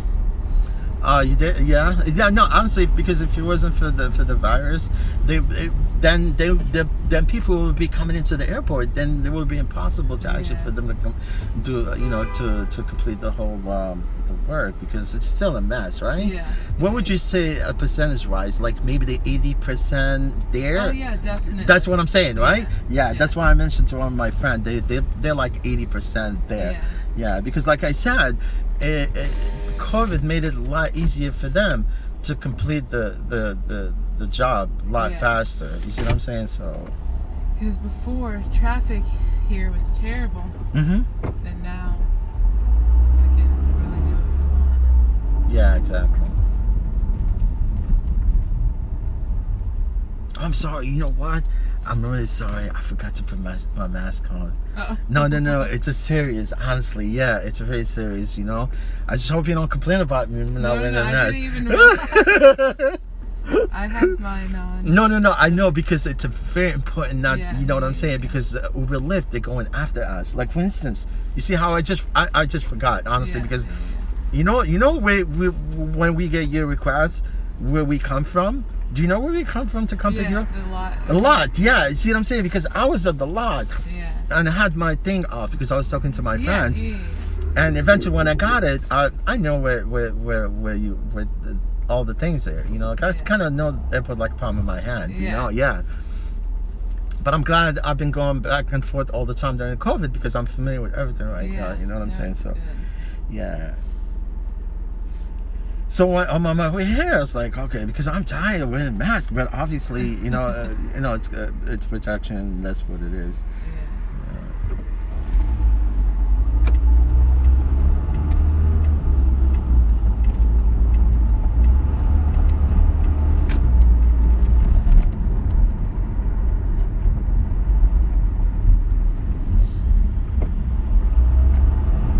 I was here earlier, actually. I had a trip and it was going to, because the problem is when I came here, they changed the lot. And I was like, where's the lot, you know? And I went into the garage and I was talking to one of those guys right there, the dispatchers, right? You know, you saw and it was like, I told him, where's the lot?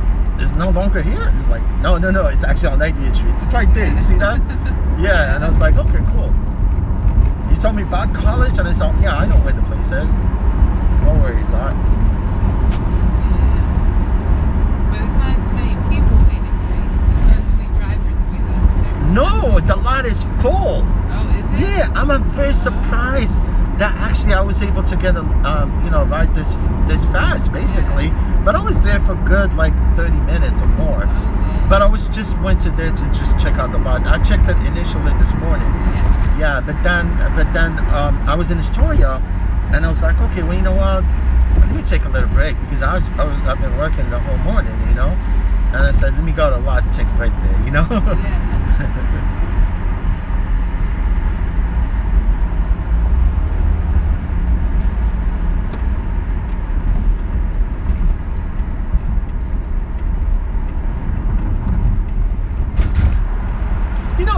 Honestly, if you ask me what they did to the airport, really nothing. Basically, you know why? I'm gonna tell you the truth. See, most of you can see most of the places along adjacent to the terminals.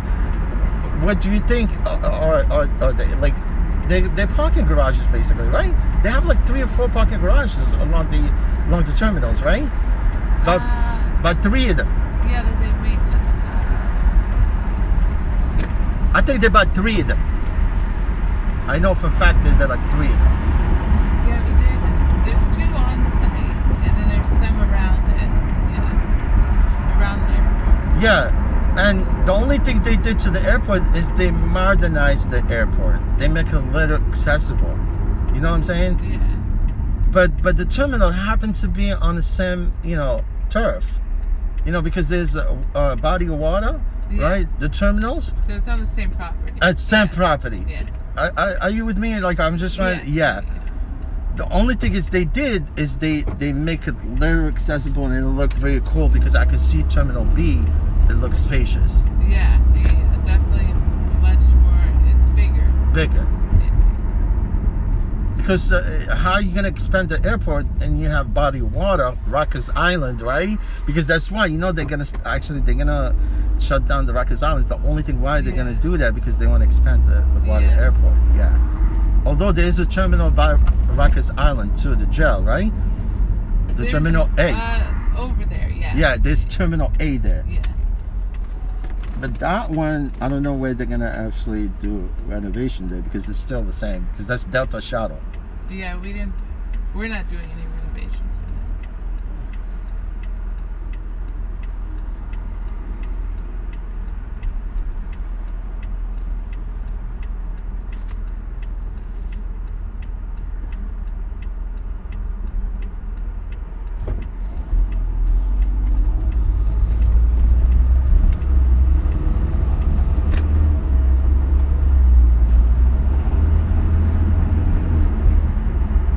I think this is it'll be good for me because this is like a priority trip. You know what I'm saying?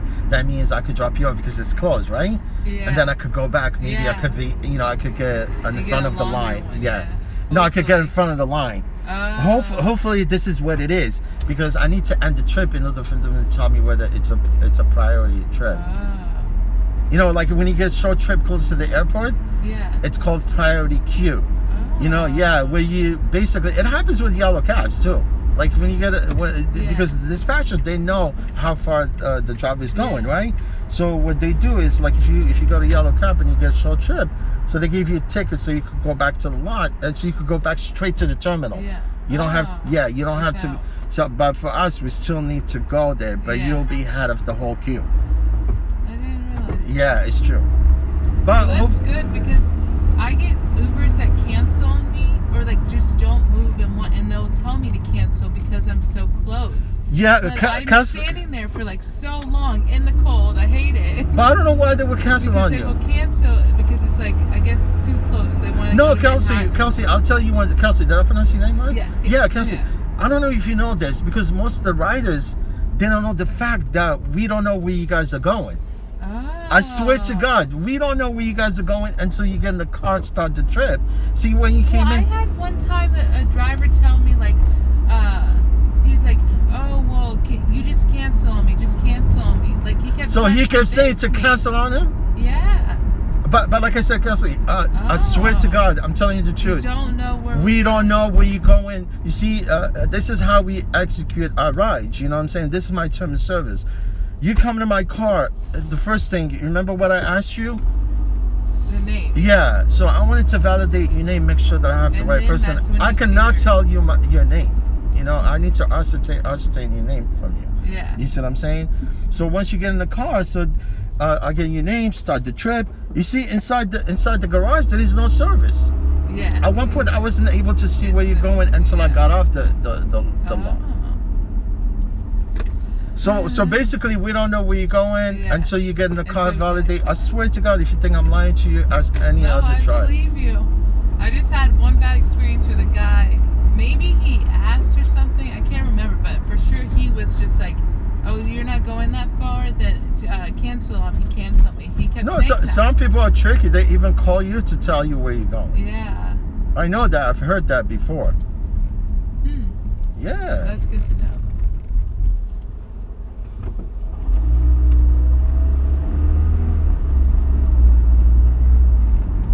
I might not go to that miserable lot, even if I can't keep. Honestly, it's faster to get a ride here. Yeah. This is good for you? Yeah. Perfect. This is your job? All right. Oh, you have a nice evening, all right? You too. All right, Hopefully be you safe. get to the beginning of the line. Oh, no, it's all right. Honestly, I would rather stay here because this is where work is. Yeah. Yeah, take care. Thank you. All right.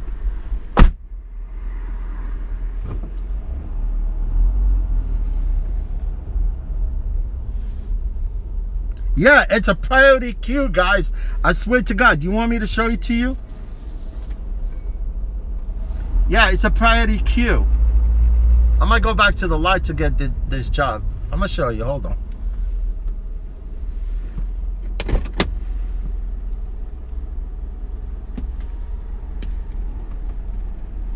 I had to take out my phone from here. Yeah, payment, if it's still there. Oh, no, if it's still there.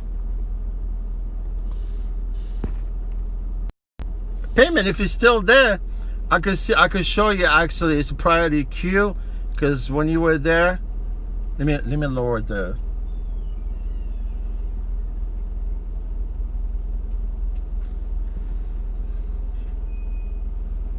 Yeah, it's a priority queue. I've done this, where because it's close to LaGuardia, so I'm just gonna go back. If you guys want me to go back, I just want to stay here. I want to stay making money here.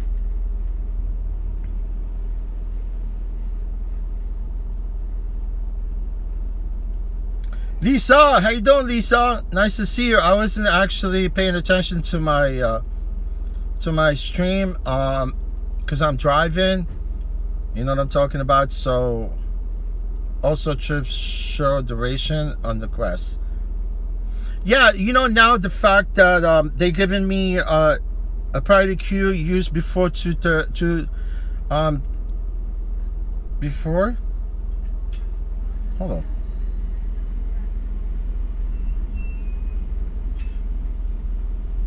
No, I'm not sure why it's saying that I need to use the priority queue before 2:30 p.m. It doesn't make no sense. You know what I'm saying? It was supposed to say that you need, because it's almost like 5:07.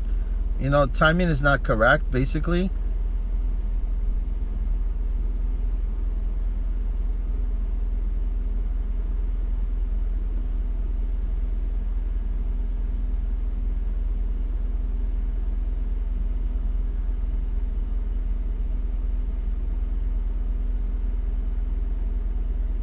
Well, no, I don't think it has nothing to do with declining it. Even if you decline, like now my priority queue, they say that because normally priority queue, it gives you up to 6 hours. You know what I'm saying? If you don't use it within, like from now to within the next 3 or 4 hours, I think. Then you forfeit your priority queue. But if you decline it, it doesn't mean it goes to somebody else. The only time you get a priority queue if it's like this trip. You go to the airport, you pick up a rider, and it's going a few blocks, and then give you the priority queue. But they tell you go back to the queue so you could get actually your trip ahead of everyone else. But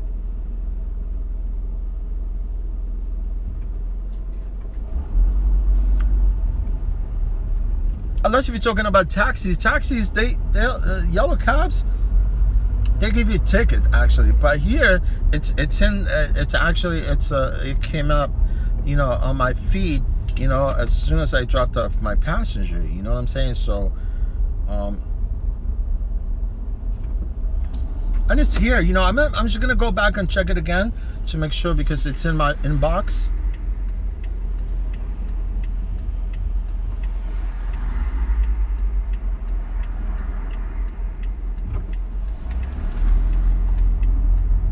Yeah, it's in my inbox, and I can tell you exactly what it says.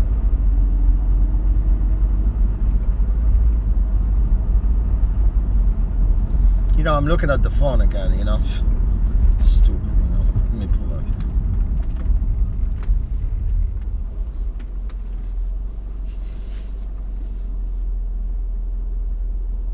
Oh, okay. See, now it says, let me lower more. Now it says,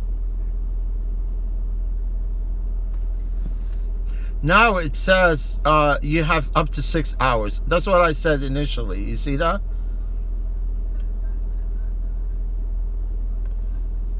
You see, I have up to 6 hours to go back to the queue to pick up a passenger. You know what I'm talking about? I could ignore it right now and just keep driving. You see what I'm talking about? I could keep driving, and then before 6 hours before it expire, I could just go back to the line. But 6 hours from now, it will be like 10, 11 p.m. And that's when LaGuardia, it's shut down. There's no flights. You know that. Even if you go to LaGuardia, you go to JFK, and you wanted to get a ride after 11 o'clock, you're just wasting your time. That means you're a newbie. You don't know nothing about flights.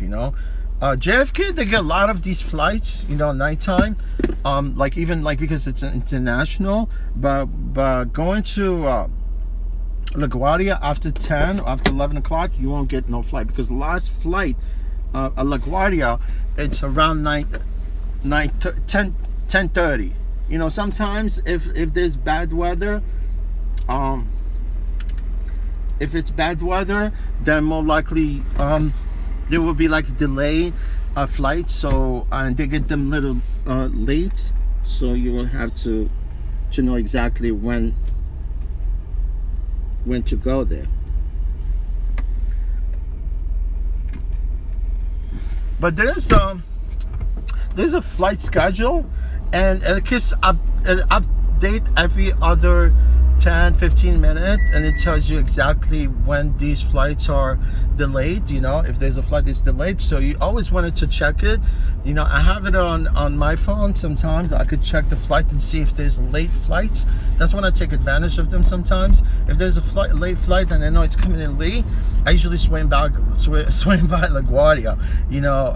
Otherwise, if you go to JFK, you're just wasting your time, because it'll be, obviously, but I would definitely go to LaGuardia if there's a late flights, into LaGuardia. But you see, I'm online right now. I'm gonna be going towards the airport at this point, and if I pick up a fare, I'll pick a fare up, and then I won't be going back to the queue, as long as I get there before 6 hours, because that's the window I have at this time, for me to get there and pick another trip. So.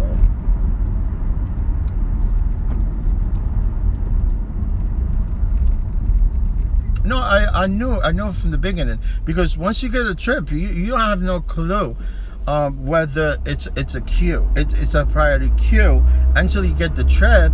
You know what I'm saying? And if you realize that it's a short trip, like I did myself, hence, because I knew, the fact at one point when I was close to her destination, I told her, this trip might more likely will be like a priority queue where I'm gonna go back. And as soon as I dropped her off and I shut, and I closed, and I actually ended her trip, it popped up on my screen and it was saying 2:30 p.m. and I was like, okay, it doesn't make no sense. But then I went back to in my inbox, and clearly you could see I have up to 6 hours to go back, to pick up another passenger, ahead of everybody there. So, you know what I mean?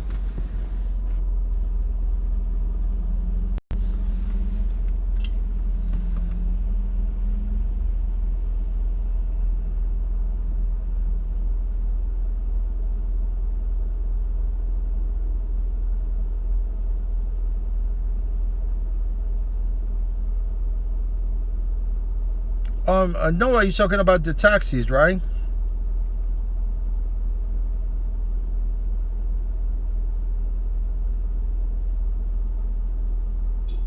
Yeah, yeah. I might go there. You know what I'm saying? I'm not gonna stress it. You know, I went to LaGuardia earlier. You know, and then when I dropped the passenger, boom, I got another ride going to Manhasset, Long Island.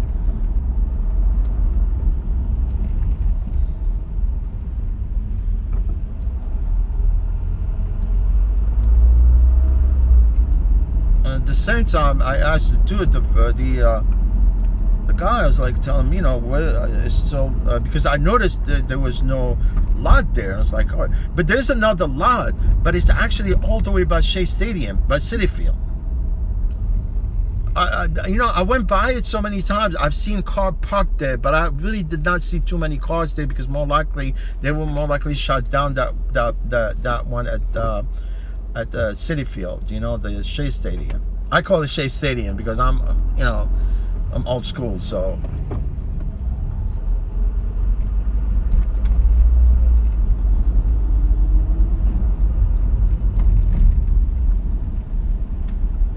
Citi Field.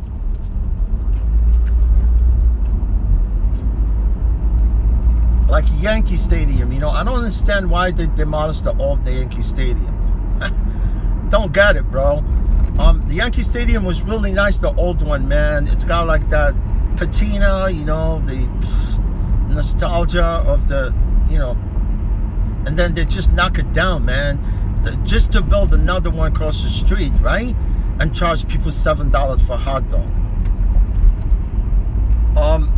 Look, baseball, I'm not a fan of baseball, but baseball is the core of American culture.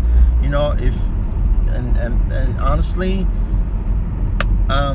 they should have kept the older Yankee Stadium. It would be nice, right?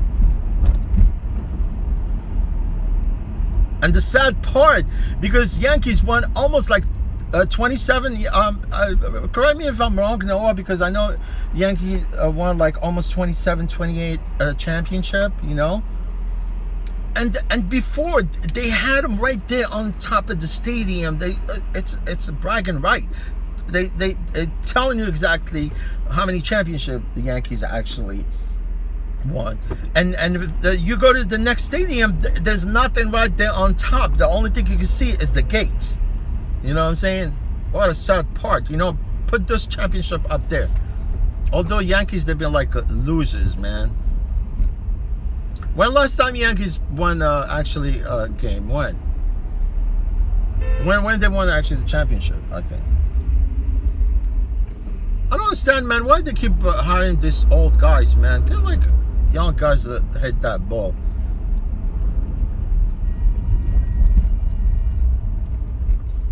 You know?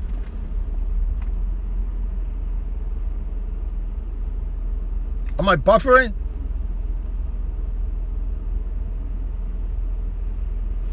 Yeah, no, I think they won like 28, I think 27 or something like that.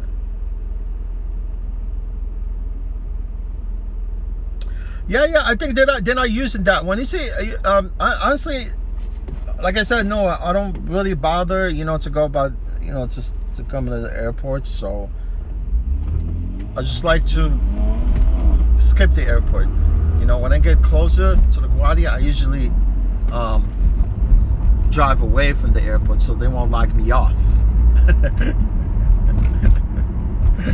Right? So they won't lock me off. I'm pissed off, man. Sometimes they lock you off.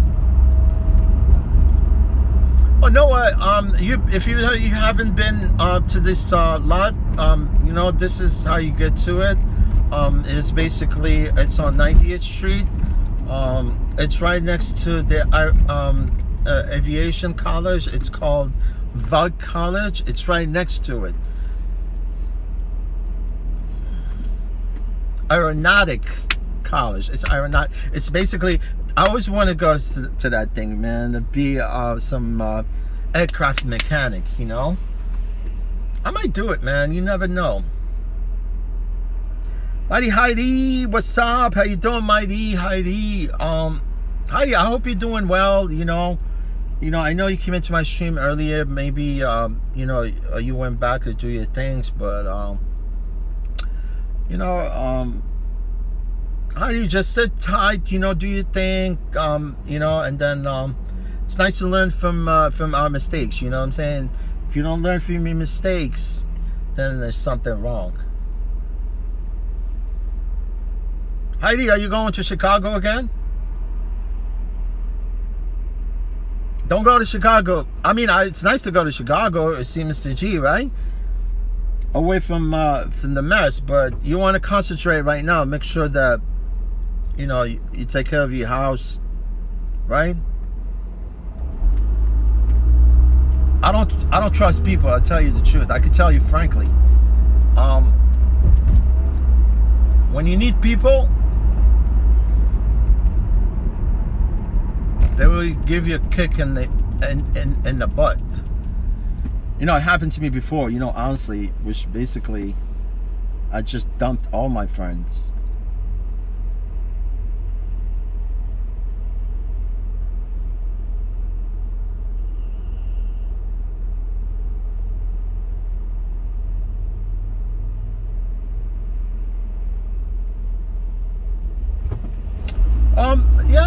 I know what the only thing, I kept going to LaGuardia throughout the pandemic.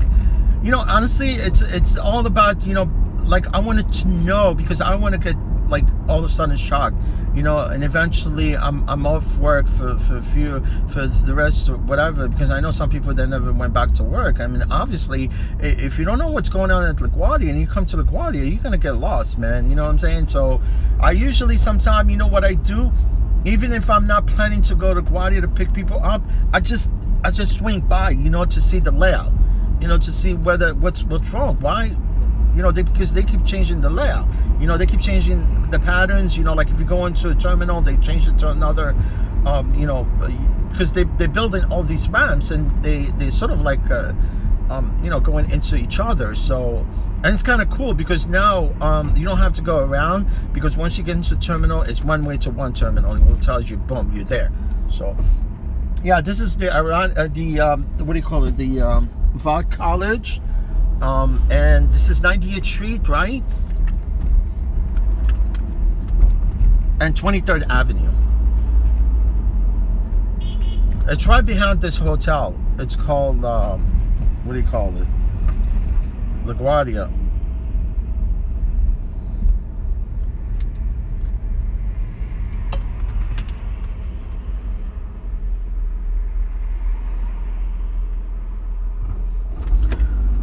I'm gonna make this U-turn and I'm going inside, Yeah, I'll talk to you for a little bit anyway. It's still early, basically, because my thing is to start now and keep hammering till the end of tonight, maybe. I'll be out at 3 a.m. this morning. I'm inside the lot right now. You see that? Isn't sign says wear a mask,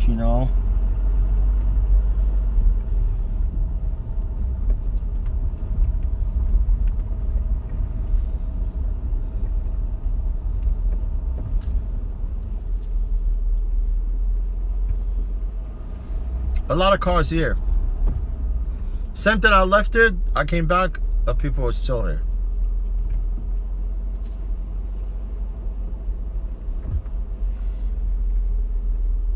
So I'm already here. So see, Uber already know I'm here. You see what I'm saying? I'm gonna get this, but this one is Terminal C. It's a little complicated now, going to Terminal C. You see how many cars here? As soon as I get in, boom. And honestly, I wasn't going to the airport, so definitely not gonna give me a rematch quick, like consecutive rides. So, so if I had a passenger and I went into LaGuardia or whatever, and they will hit me with another ride quick, because of diamond status,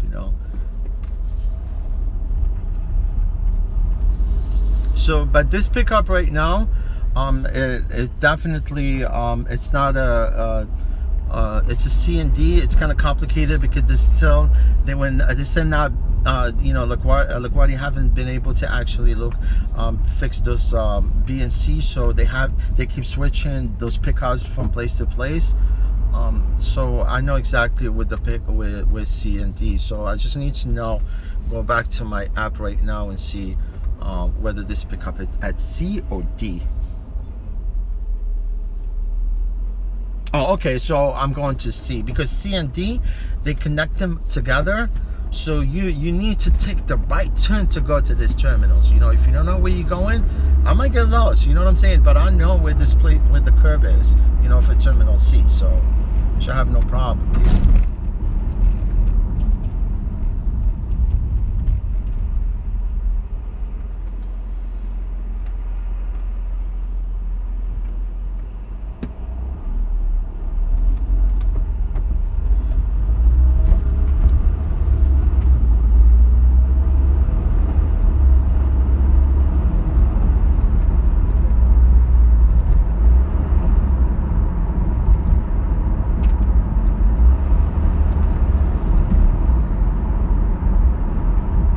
No, I got priority. You see, because as soon as you go inside the lot, the Uber system already know that you're already inside the lot. They hit you with that priority queue, you know, and then it's over now. There's nothing you could do about it. I mean, if somebody cancel on you right now, the only way that you could get back in your priority queue is if Uber already, they have some algorithm. They know that the fact somebody canceled on you, and it happened before. I know it happened to me twice before when I had the priority queue, and then as soon as I was going to pick up the person, they canceled on me. But as soon as I started going back, I just, you know, I got kind of pissed off the first time. I was like, okay, you know, well, how I'm gonna recoup my priority queue, and this guy already canceled on me. But Uber, for some reason, they hit me with another pickup quick as I was going back to the lot. You see what I'm saying? So at this point, you know, it happened twice, and I remember Uber just compensate me quick, fast.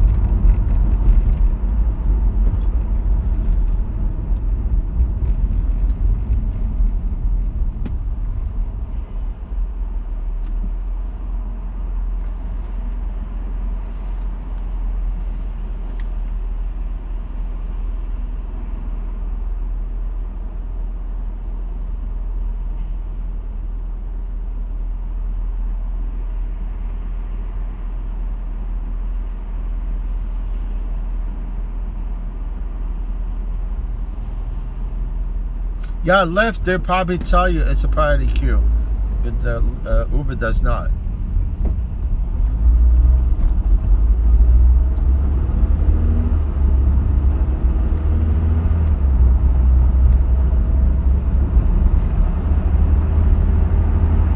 See how I like about this? Because these ramps are pretty cool. They're wide.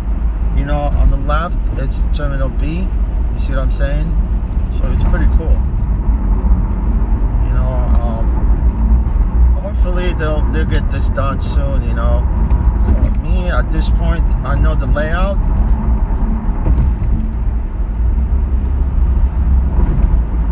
See the cops right there? They know I'm going fucking fast. There's nothing they could do about it. I'm a high beam them right now. You know these cops, you know, when they're sitting there, they basically just looking at their phones. Honestly, they're usually looking at their phones.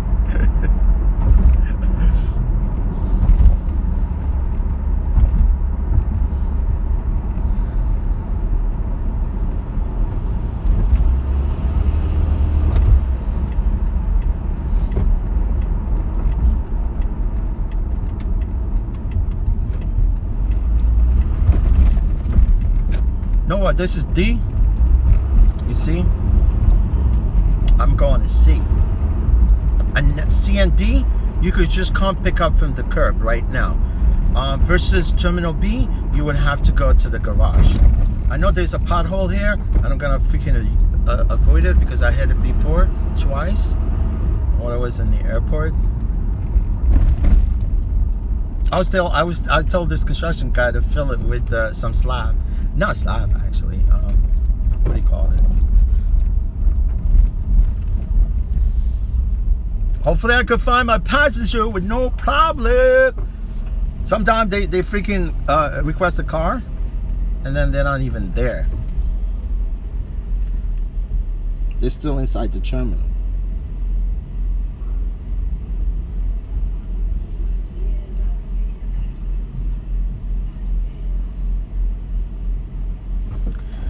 Chickamba. Let me see. See. Who's that? Let's see.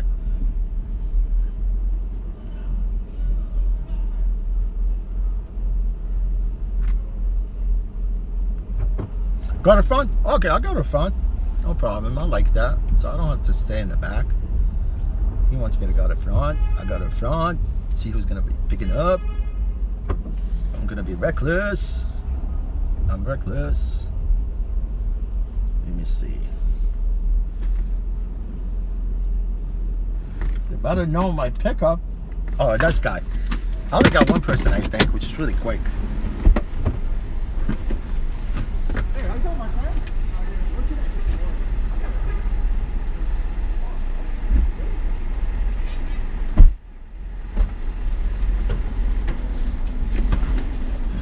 How you doing, Oren? Good, how are you? Orion, like Orion, right? Huh? How was your flight? It was good. Uneventful? Huh? Uneventful? Or eventful? Uneventful or eventful? Uneventful. That's nice. That's what I like to hear.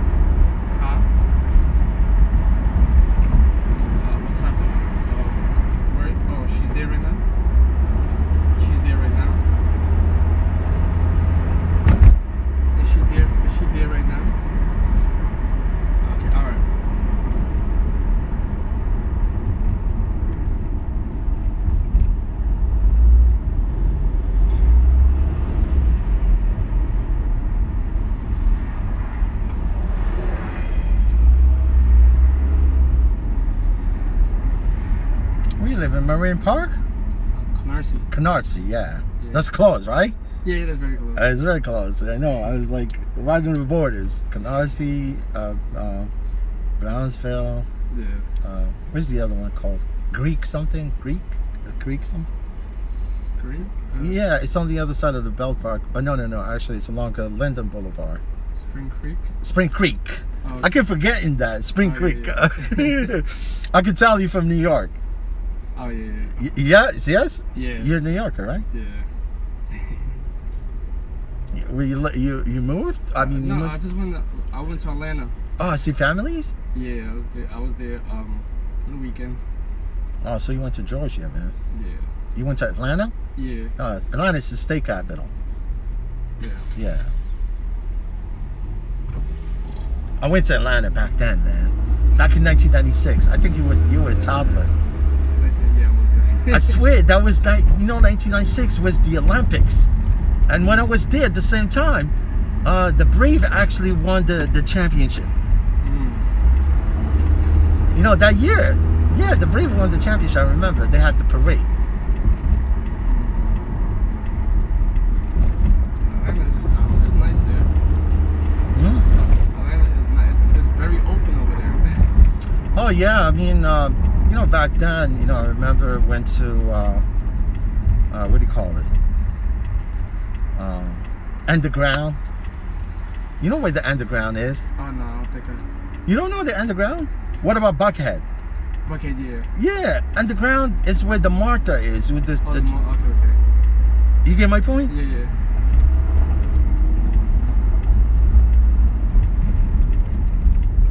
It was cool, I enjoyed it,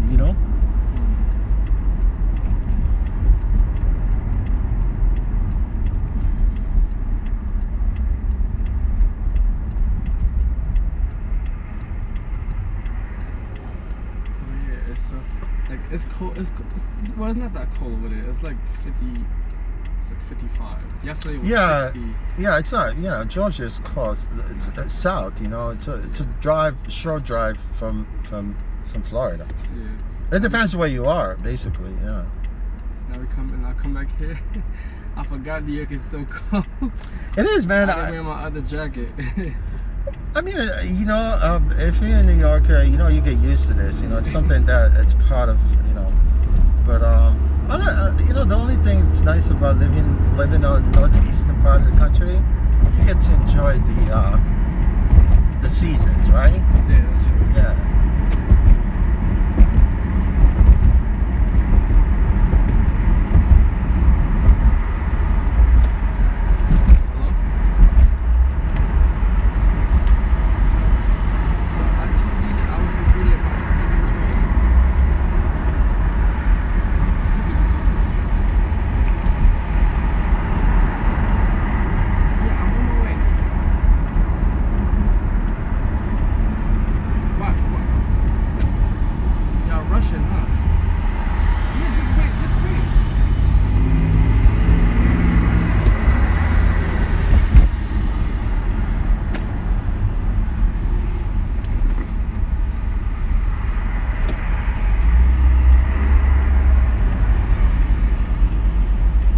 I think it's gonna get a little wild here, but no, things are gonna get a little wild with the traffic, because now it's like a rush hour. That's true. Yeah, now it's like a rush hour, so I'm gonna do a little, trying to do some shortcuts.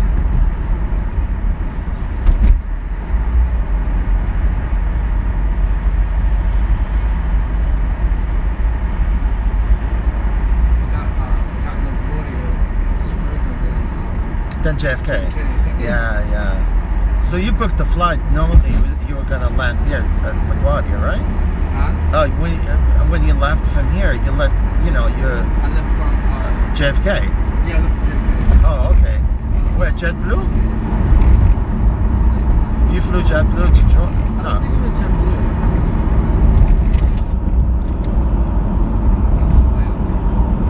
Oh, okay. But when I was coming back, I chose this one because it was mad cheap. It was I paid $65. Not bad. Probably flew Spirit. No, it was Frontier. Frontier. Okay, yeah. It wasn't bad. It was fine. Spirit and Frontier, they're all in trouble, so they could charge like a third cheap for their flight.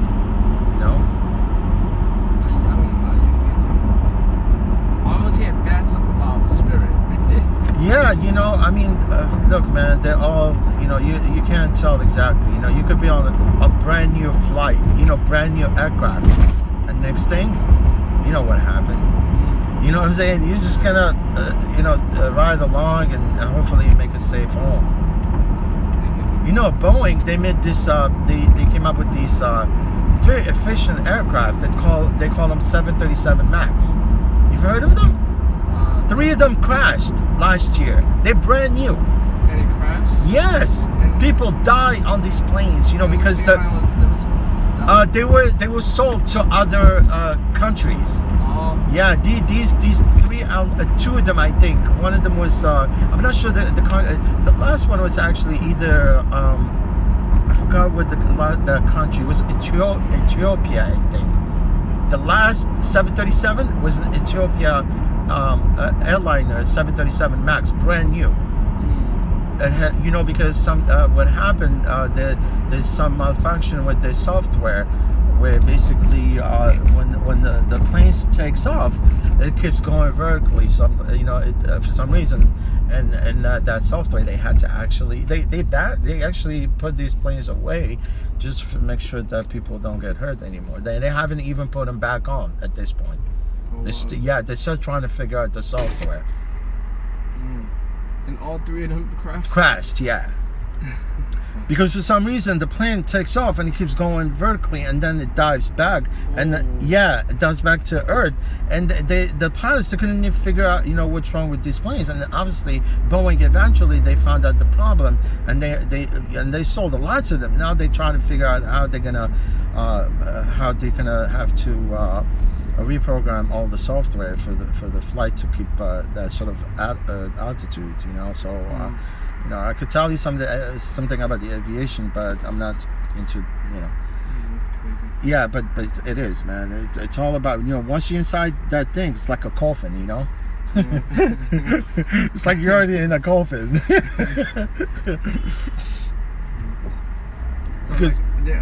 a lot of people die from those. Yeah, they call them. You could actually check this Max 733. They cool aircraft, I could see, but that was the problem with the software. You know, and then now they're trying to figure out, and eventually they want to put them back on. Yeah. If they tell me Max 737, I don't want to be on it. You know, honestly, yeah. You know what the safest airplanes? They call them Airbuses. They're made by the French. Airbuses? Airbuses, yeah. They use them in some of these airline carriers here in the States.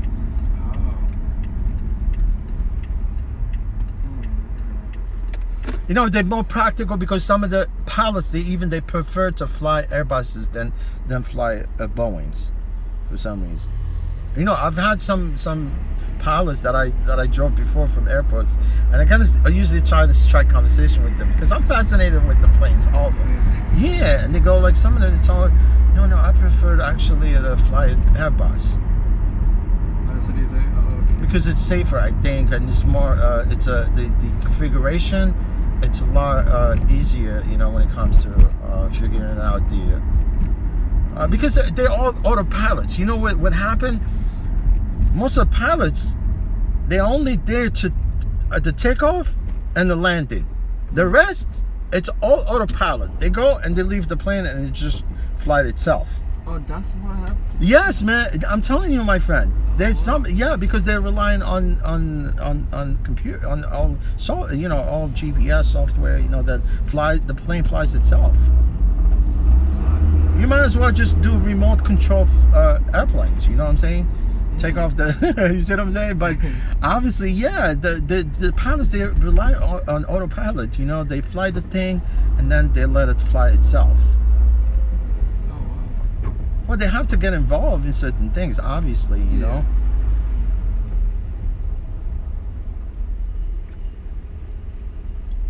That must be a lot of work. Yeah, I mean, I would. Studying, huh? So, yeah, I mean, flight school. I mean, you could go to flight school easily. I mean, you just have to put in a lot of these flight hours, you know.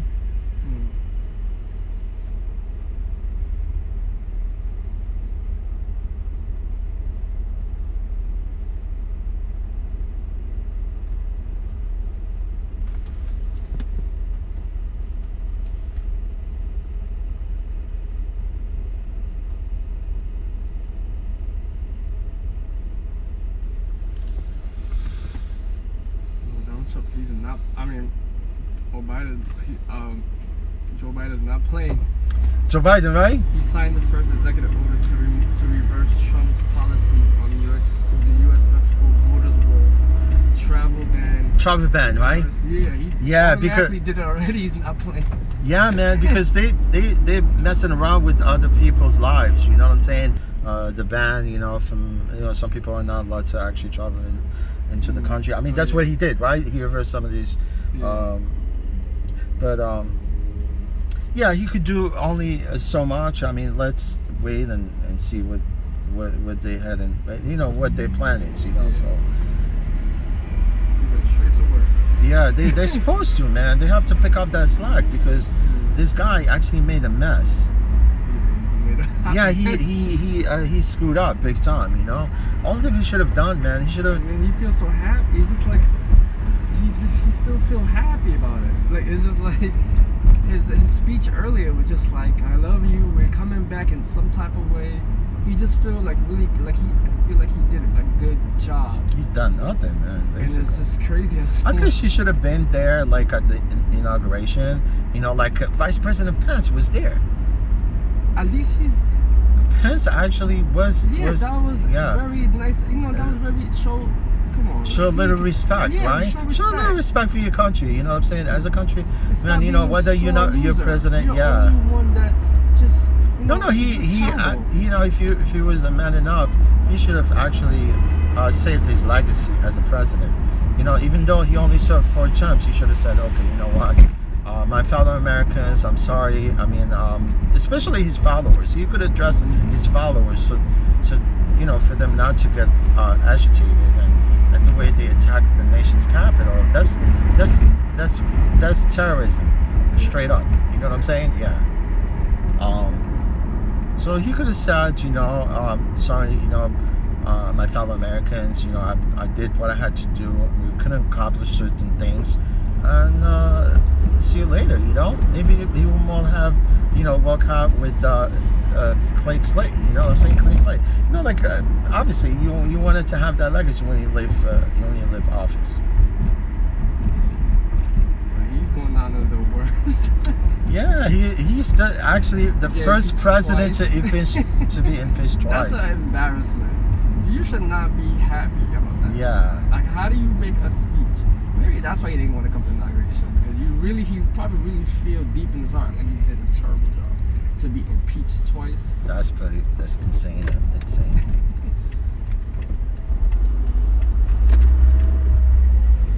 Yeah, I had to do that little shortcut. Otherwise, we would have never made it. But here, it was more likely that, I prefer to be here than be in there because people don't move. Because at this point, once we get on the belt, we should be fine. Because it moves anywhere at this point. I mean, it does actually clear a little bit, but it's crazy. That's what I hate about this. Sometimes you see how, I don't know if you've ever seen this part of this junction where the Van Wyck, it turns to Grand Central and it goes to Whitestone. They've been working on this part of this highway for almost like I could call it interstate basically. But they've been working on it for like almost 6 or 7 years, I think. It's the truth, honestly. I'm not gonna lie to you. And they did some of the work thinking that it will alleviate this kind of traffic, but it's still this traffic. You know what I'm saying? You guys done nothing, I mean, I know there's excessive cars. People have cars they like to drive.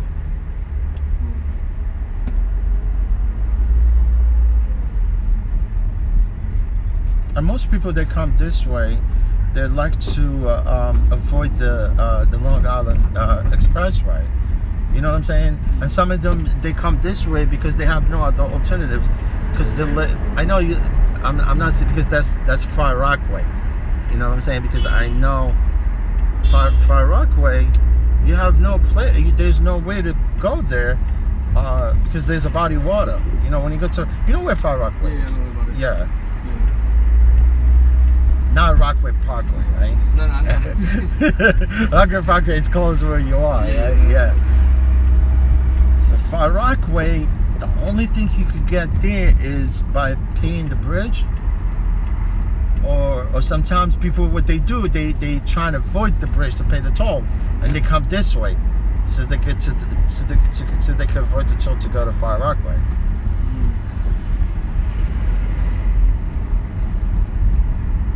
Far Rockaway, it's a whole different world there, man. It's like when you're there, some people they live there, they know it. They never. I mean, I'm not saying they don't go to the city unless if you work in the city, right?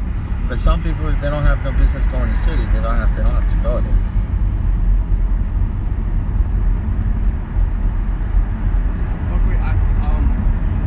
On the train going to Far Rockaway, it goes all on the 8 train. It goes all the way up to the end.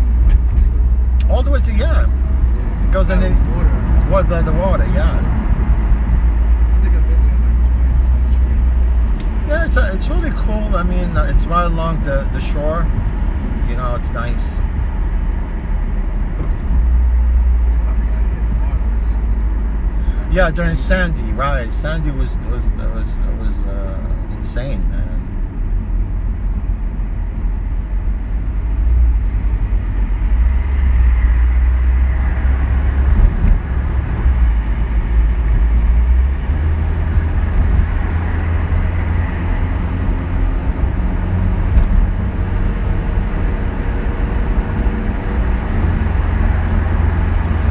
Cleared a little bit, but then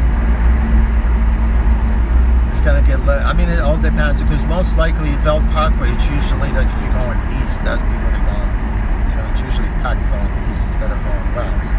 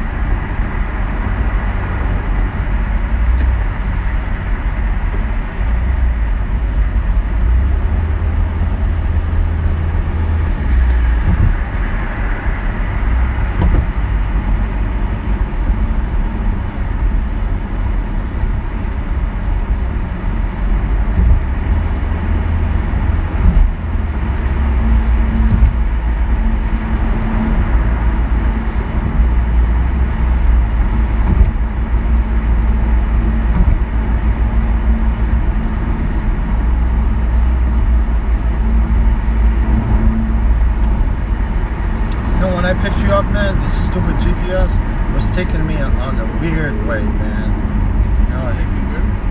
You know, when I picked you up, the GPS was sending me to you know, like onto a weird way to get you to, you know, sometimes GPS, man, you can never, yeah, GPS is horrible sometimes.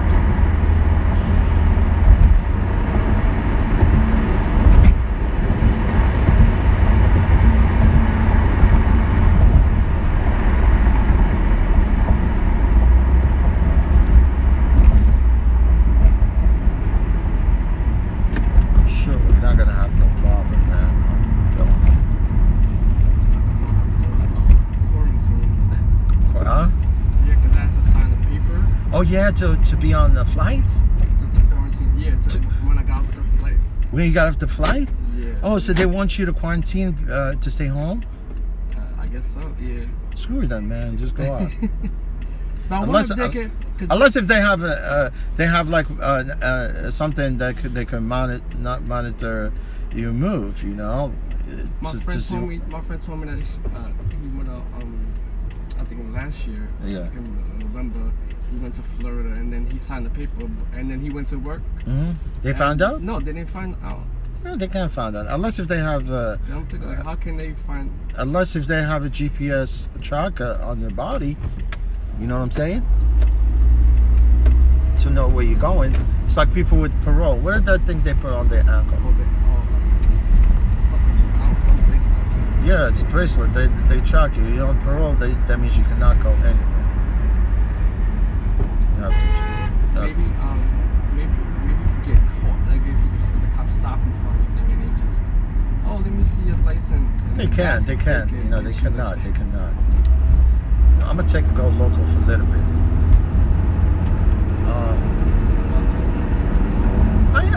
But you know, as yeah, but as a citizen, you know, doing your civic duty, you know, if they want you to quarantine, maybe you you want to do it just for, doing your part. You see what I'm talking about? But I don't know what they're trying to accomplish, but I'm gonna still go get tested. oh, yeah, definitely, yeah. No, they have like a vending machine. They sell you a test kit. I don't mind doing it myself. Oh, they do, yes. Oh, that's like a. I swear to God, I don't want people to stick anything in me or trying to figure out. You know what I'm talking about? Yeah. I don't want them to freaking test me. I'll test myself. But I think they do it a certain way when they put it all in your nose. It has to go a certain way up. Oh, like the swab? Yeah. That's gonna like the. I don't think I can do that. I just don't like it. They end up picking up the wrong swab. Some swab they already used. Oh. Oh no.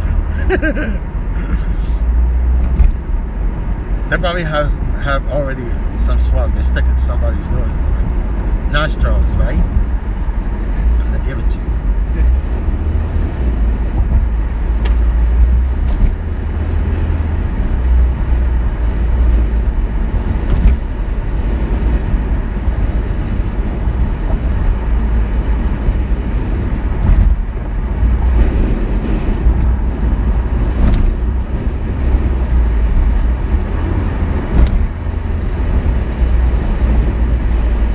I'm reckless.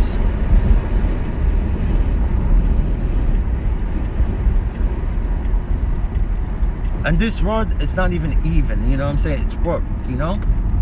Yeah, I could tell just from me driving. I'll get back on the belt, save times a couple minutes.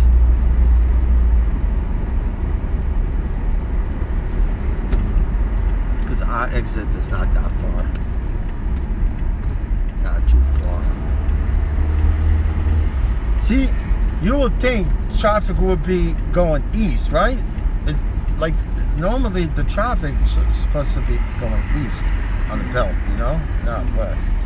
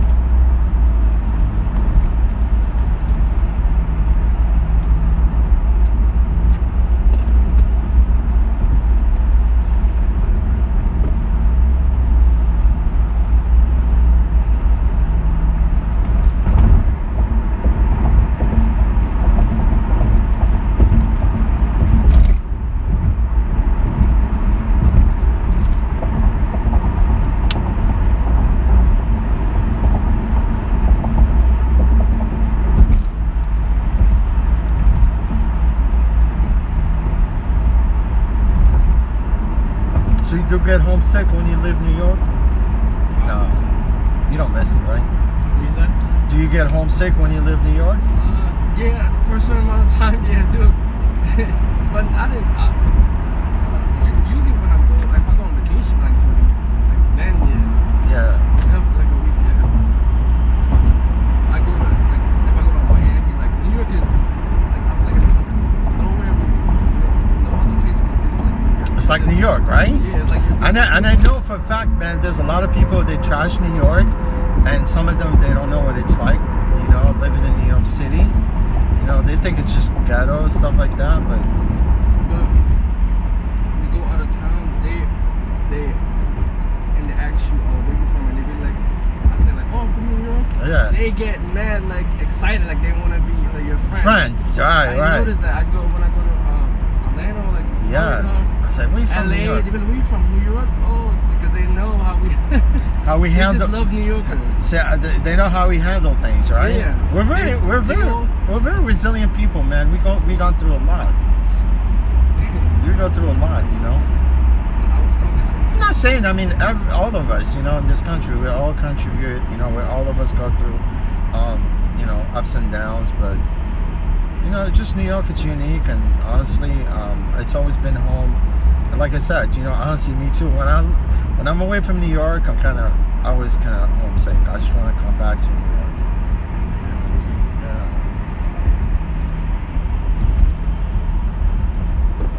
They always think like we're very aggressive. Well, that's the name of the game. You gotta be aggressive. I mean, They always be like we always very aggressive. Or we always wear like certain clothing. We always wear Tims. Yeah. Construction boots. construction or like boots. the Yankee hats. They always think like we wear stuff like that.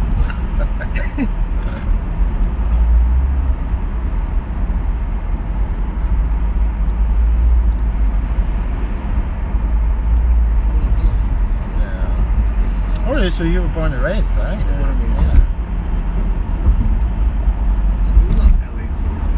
LA? It's like, Yeah, I've been to West Coast, but I never went down to LA. You know, honestly, I've even, you know, been to San Francisco, Sacramento, San Jose. You know, I never went to LA for some reason.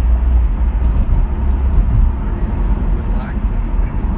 But it's very Yeah, and people that live, people that live there too, they had it. You know, with, I mean, LA, it kind of be kind of sometimes congested. You know, with the traffic and things like that, Yeah. right? yeah. A lot of people are very bougie. Right? And they always want to know, what do you do? Like, I feel like everybody, I've been asking you a question. What do you do? I got that question a lot of times. Like, what do you do? I feel like they do that so they can climb, like help climb. They want to size you up, I guess, right? Huh? They want to size you up.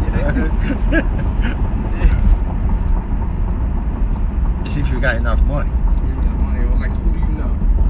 So I can try to work with you automatically.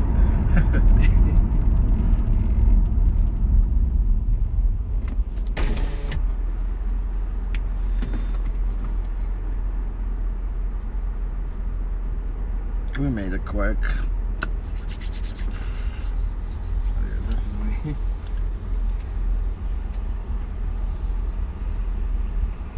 I really go to airports, you know. I just kind of was messing around with the airport today. Trying to learn certain things. Because you know how airports is so a mess. Yeah, And the construction, yeah. So I always wanted to keep my memory fresh, you know, with the airport, you know.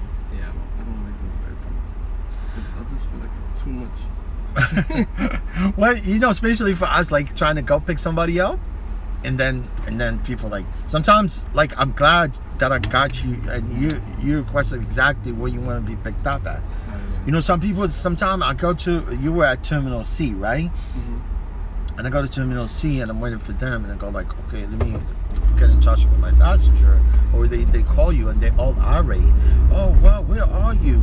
Well, you told me to come to C, right? So I'm at C. And I go like, no, I'm not at C. What are you effing talking about? I'm at Terminal B, you know what I'm saying? And I go, what do you think? That's my fault? It's your fault because you requested the wrong freaking terminal, right? Yeah, it's their fault. Yeah. You know, when you requested the car, what happened? The app told you, right? Where you want to be picked up, right? Exactly, yeah. You want to be picked up from Terminal C.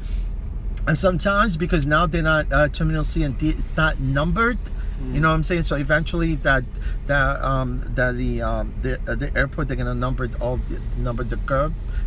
curbs. You know, so Yeah. you can exactly know where to go. Yeah. So basically, it only told you, it only asked you what terminal you were at, right? And then you clicked on C, right? Yeah. Yeah. I see. Yeah, because now the CND, you could just pick up, you could just go to the curb and pick people up from there. There's no numbers, and eventually they're gonna number all these all these pickup locations. Eventually, when they're done with the construction.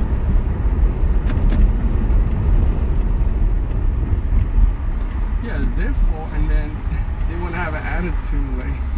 Yeah, I mean, they your phone, you requested all. You know, so how many times? Honestly, I'm gonna tell you, 9 times out of 10, sometimes I'm not kind of exaggerating a little bit, but like during my shift, I go, I usually happen to like go to places, and people usually say like, oh no, I'm not there, I'm here. And it's, you should look at your pickup location and make sure it corresponds where you are. If you're not there, then change the address, because if you click on the wrong address, I'm gonna go to that address because that's what it says on my end. Yeah. I hate myself repeating this every once in a while, because me and my friend, we go back and forth about some of my fellow New York City Uber and Lyft drivers, and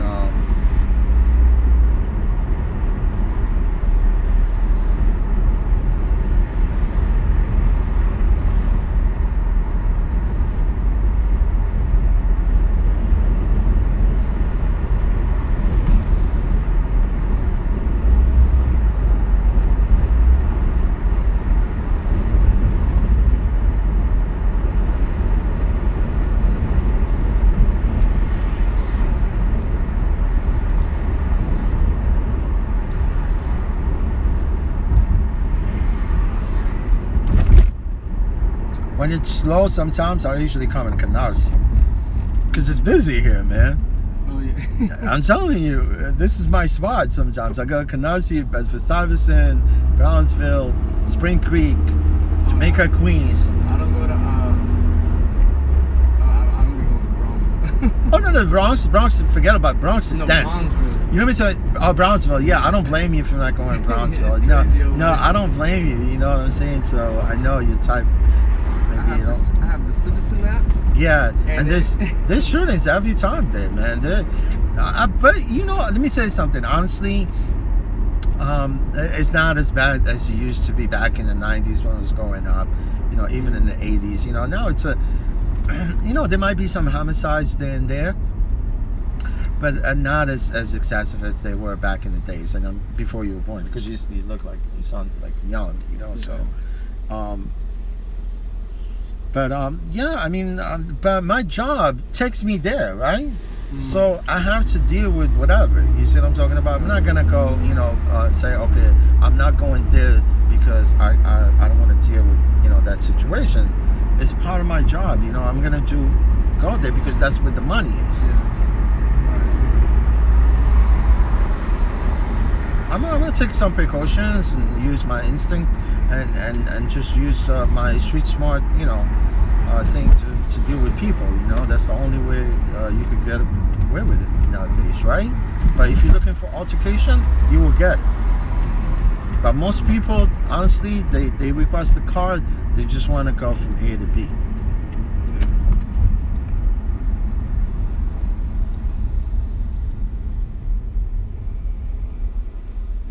My phone. I mean, the Citizen app, it shows you stuff going on all over Brooklyn. To be honest, All over Shootings Brooklyn? everywhere. All over Yeah, Brooklyn? all over. Shootings everywhere. But Brownsville and East New New York, York, yeah. is so bad. It is. It's crazy how bad it is. I was like, oh my god, like. Yeah. And if you ask me, man, I've never seen an action, somebody that shot somebody like in front of me or whatever. And I've never seen anybody even. I had gun held on me back then when I drove yellow cab. Back in the days when I was driving cab. But like I said, I've never seen anybody shot somebody like alive. And I've been around, and I've seen, I've heard people getting shot, but so I guess you're right here, right? Man, you look for trouble, you will find You trouble. will find trouble, right? Yes. That's what my mom always used to say. Right. Yeah, listen to your mom, man. I'm telling you.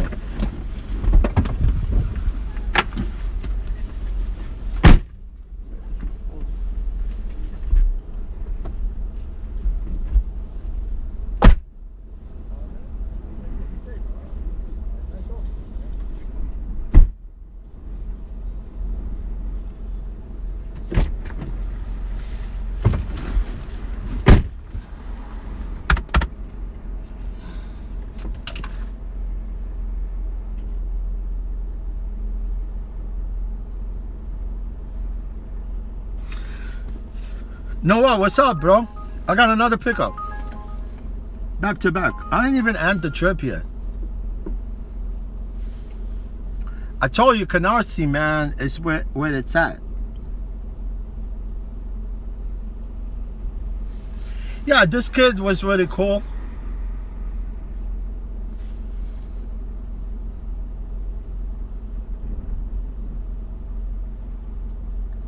He even afraid to go to Brownsville in East New York.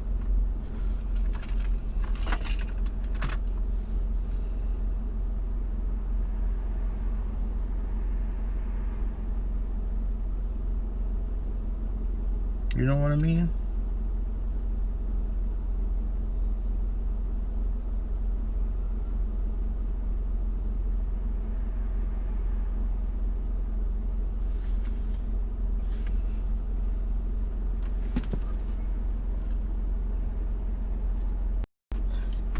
Noah, are you working? Lisa, how you doing, Lisa?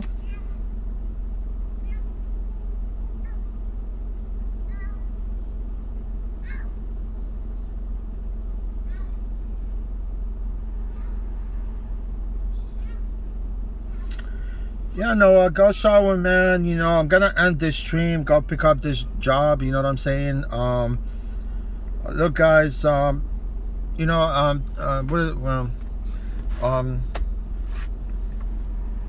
just want to thank you guys for being with me through this trips and stuff like that. Lisa, Noah, Payman, Omer was here earlier. Heidi, thank you for being here. I had some BK. BK, one of my subscriber, actually also was here earlier. Yeah, guys. Noah, I mean, it's kind of, Payman was here earlier. And Payman, I'm sorry what happened. If you guys see you later, whenever, I'll probably check you out tomorrow, maybe. Go out live for a little bit. Thank you guys for being here, okay? You take care, be safe, and God bless America.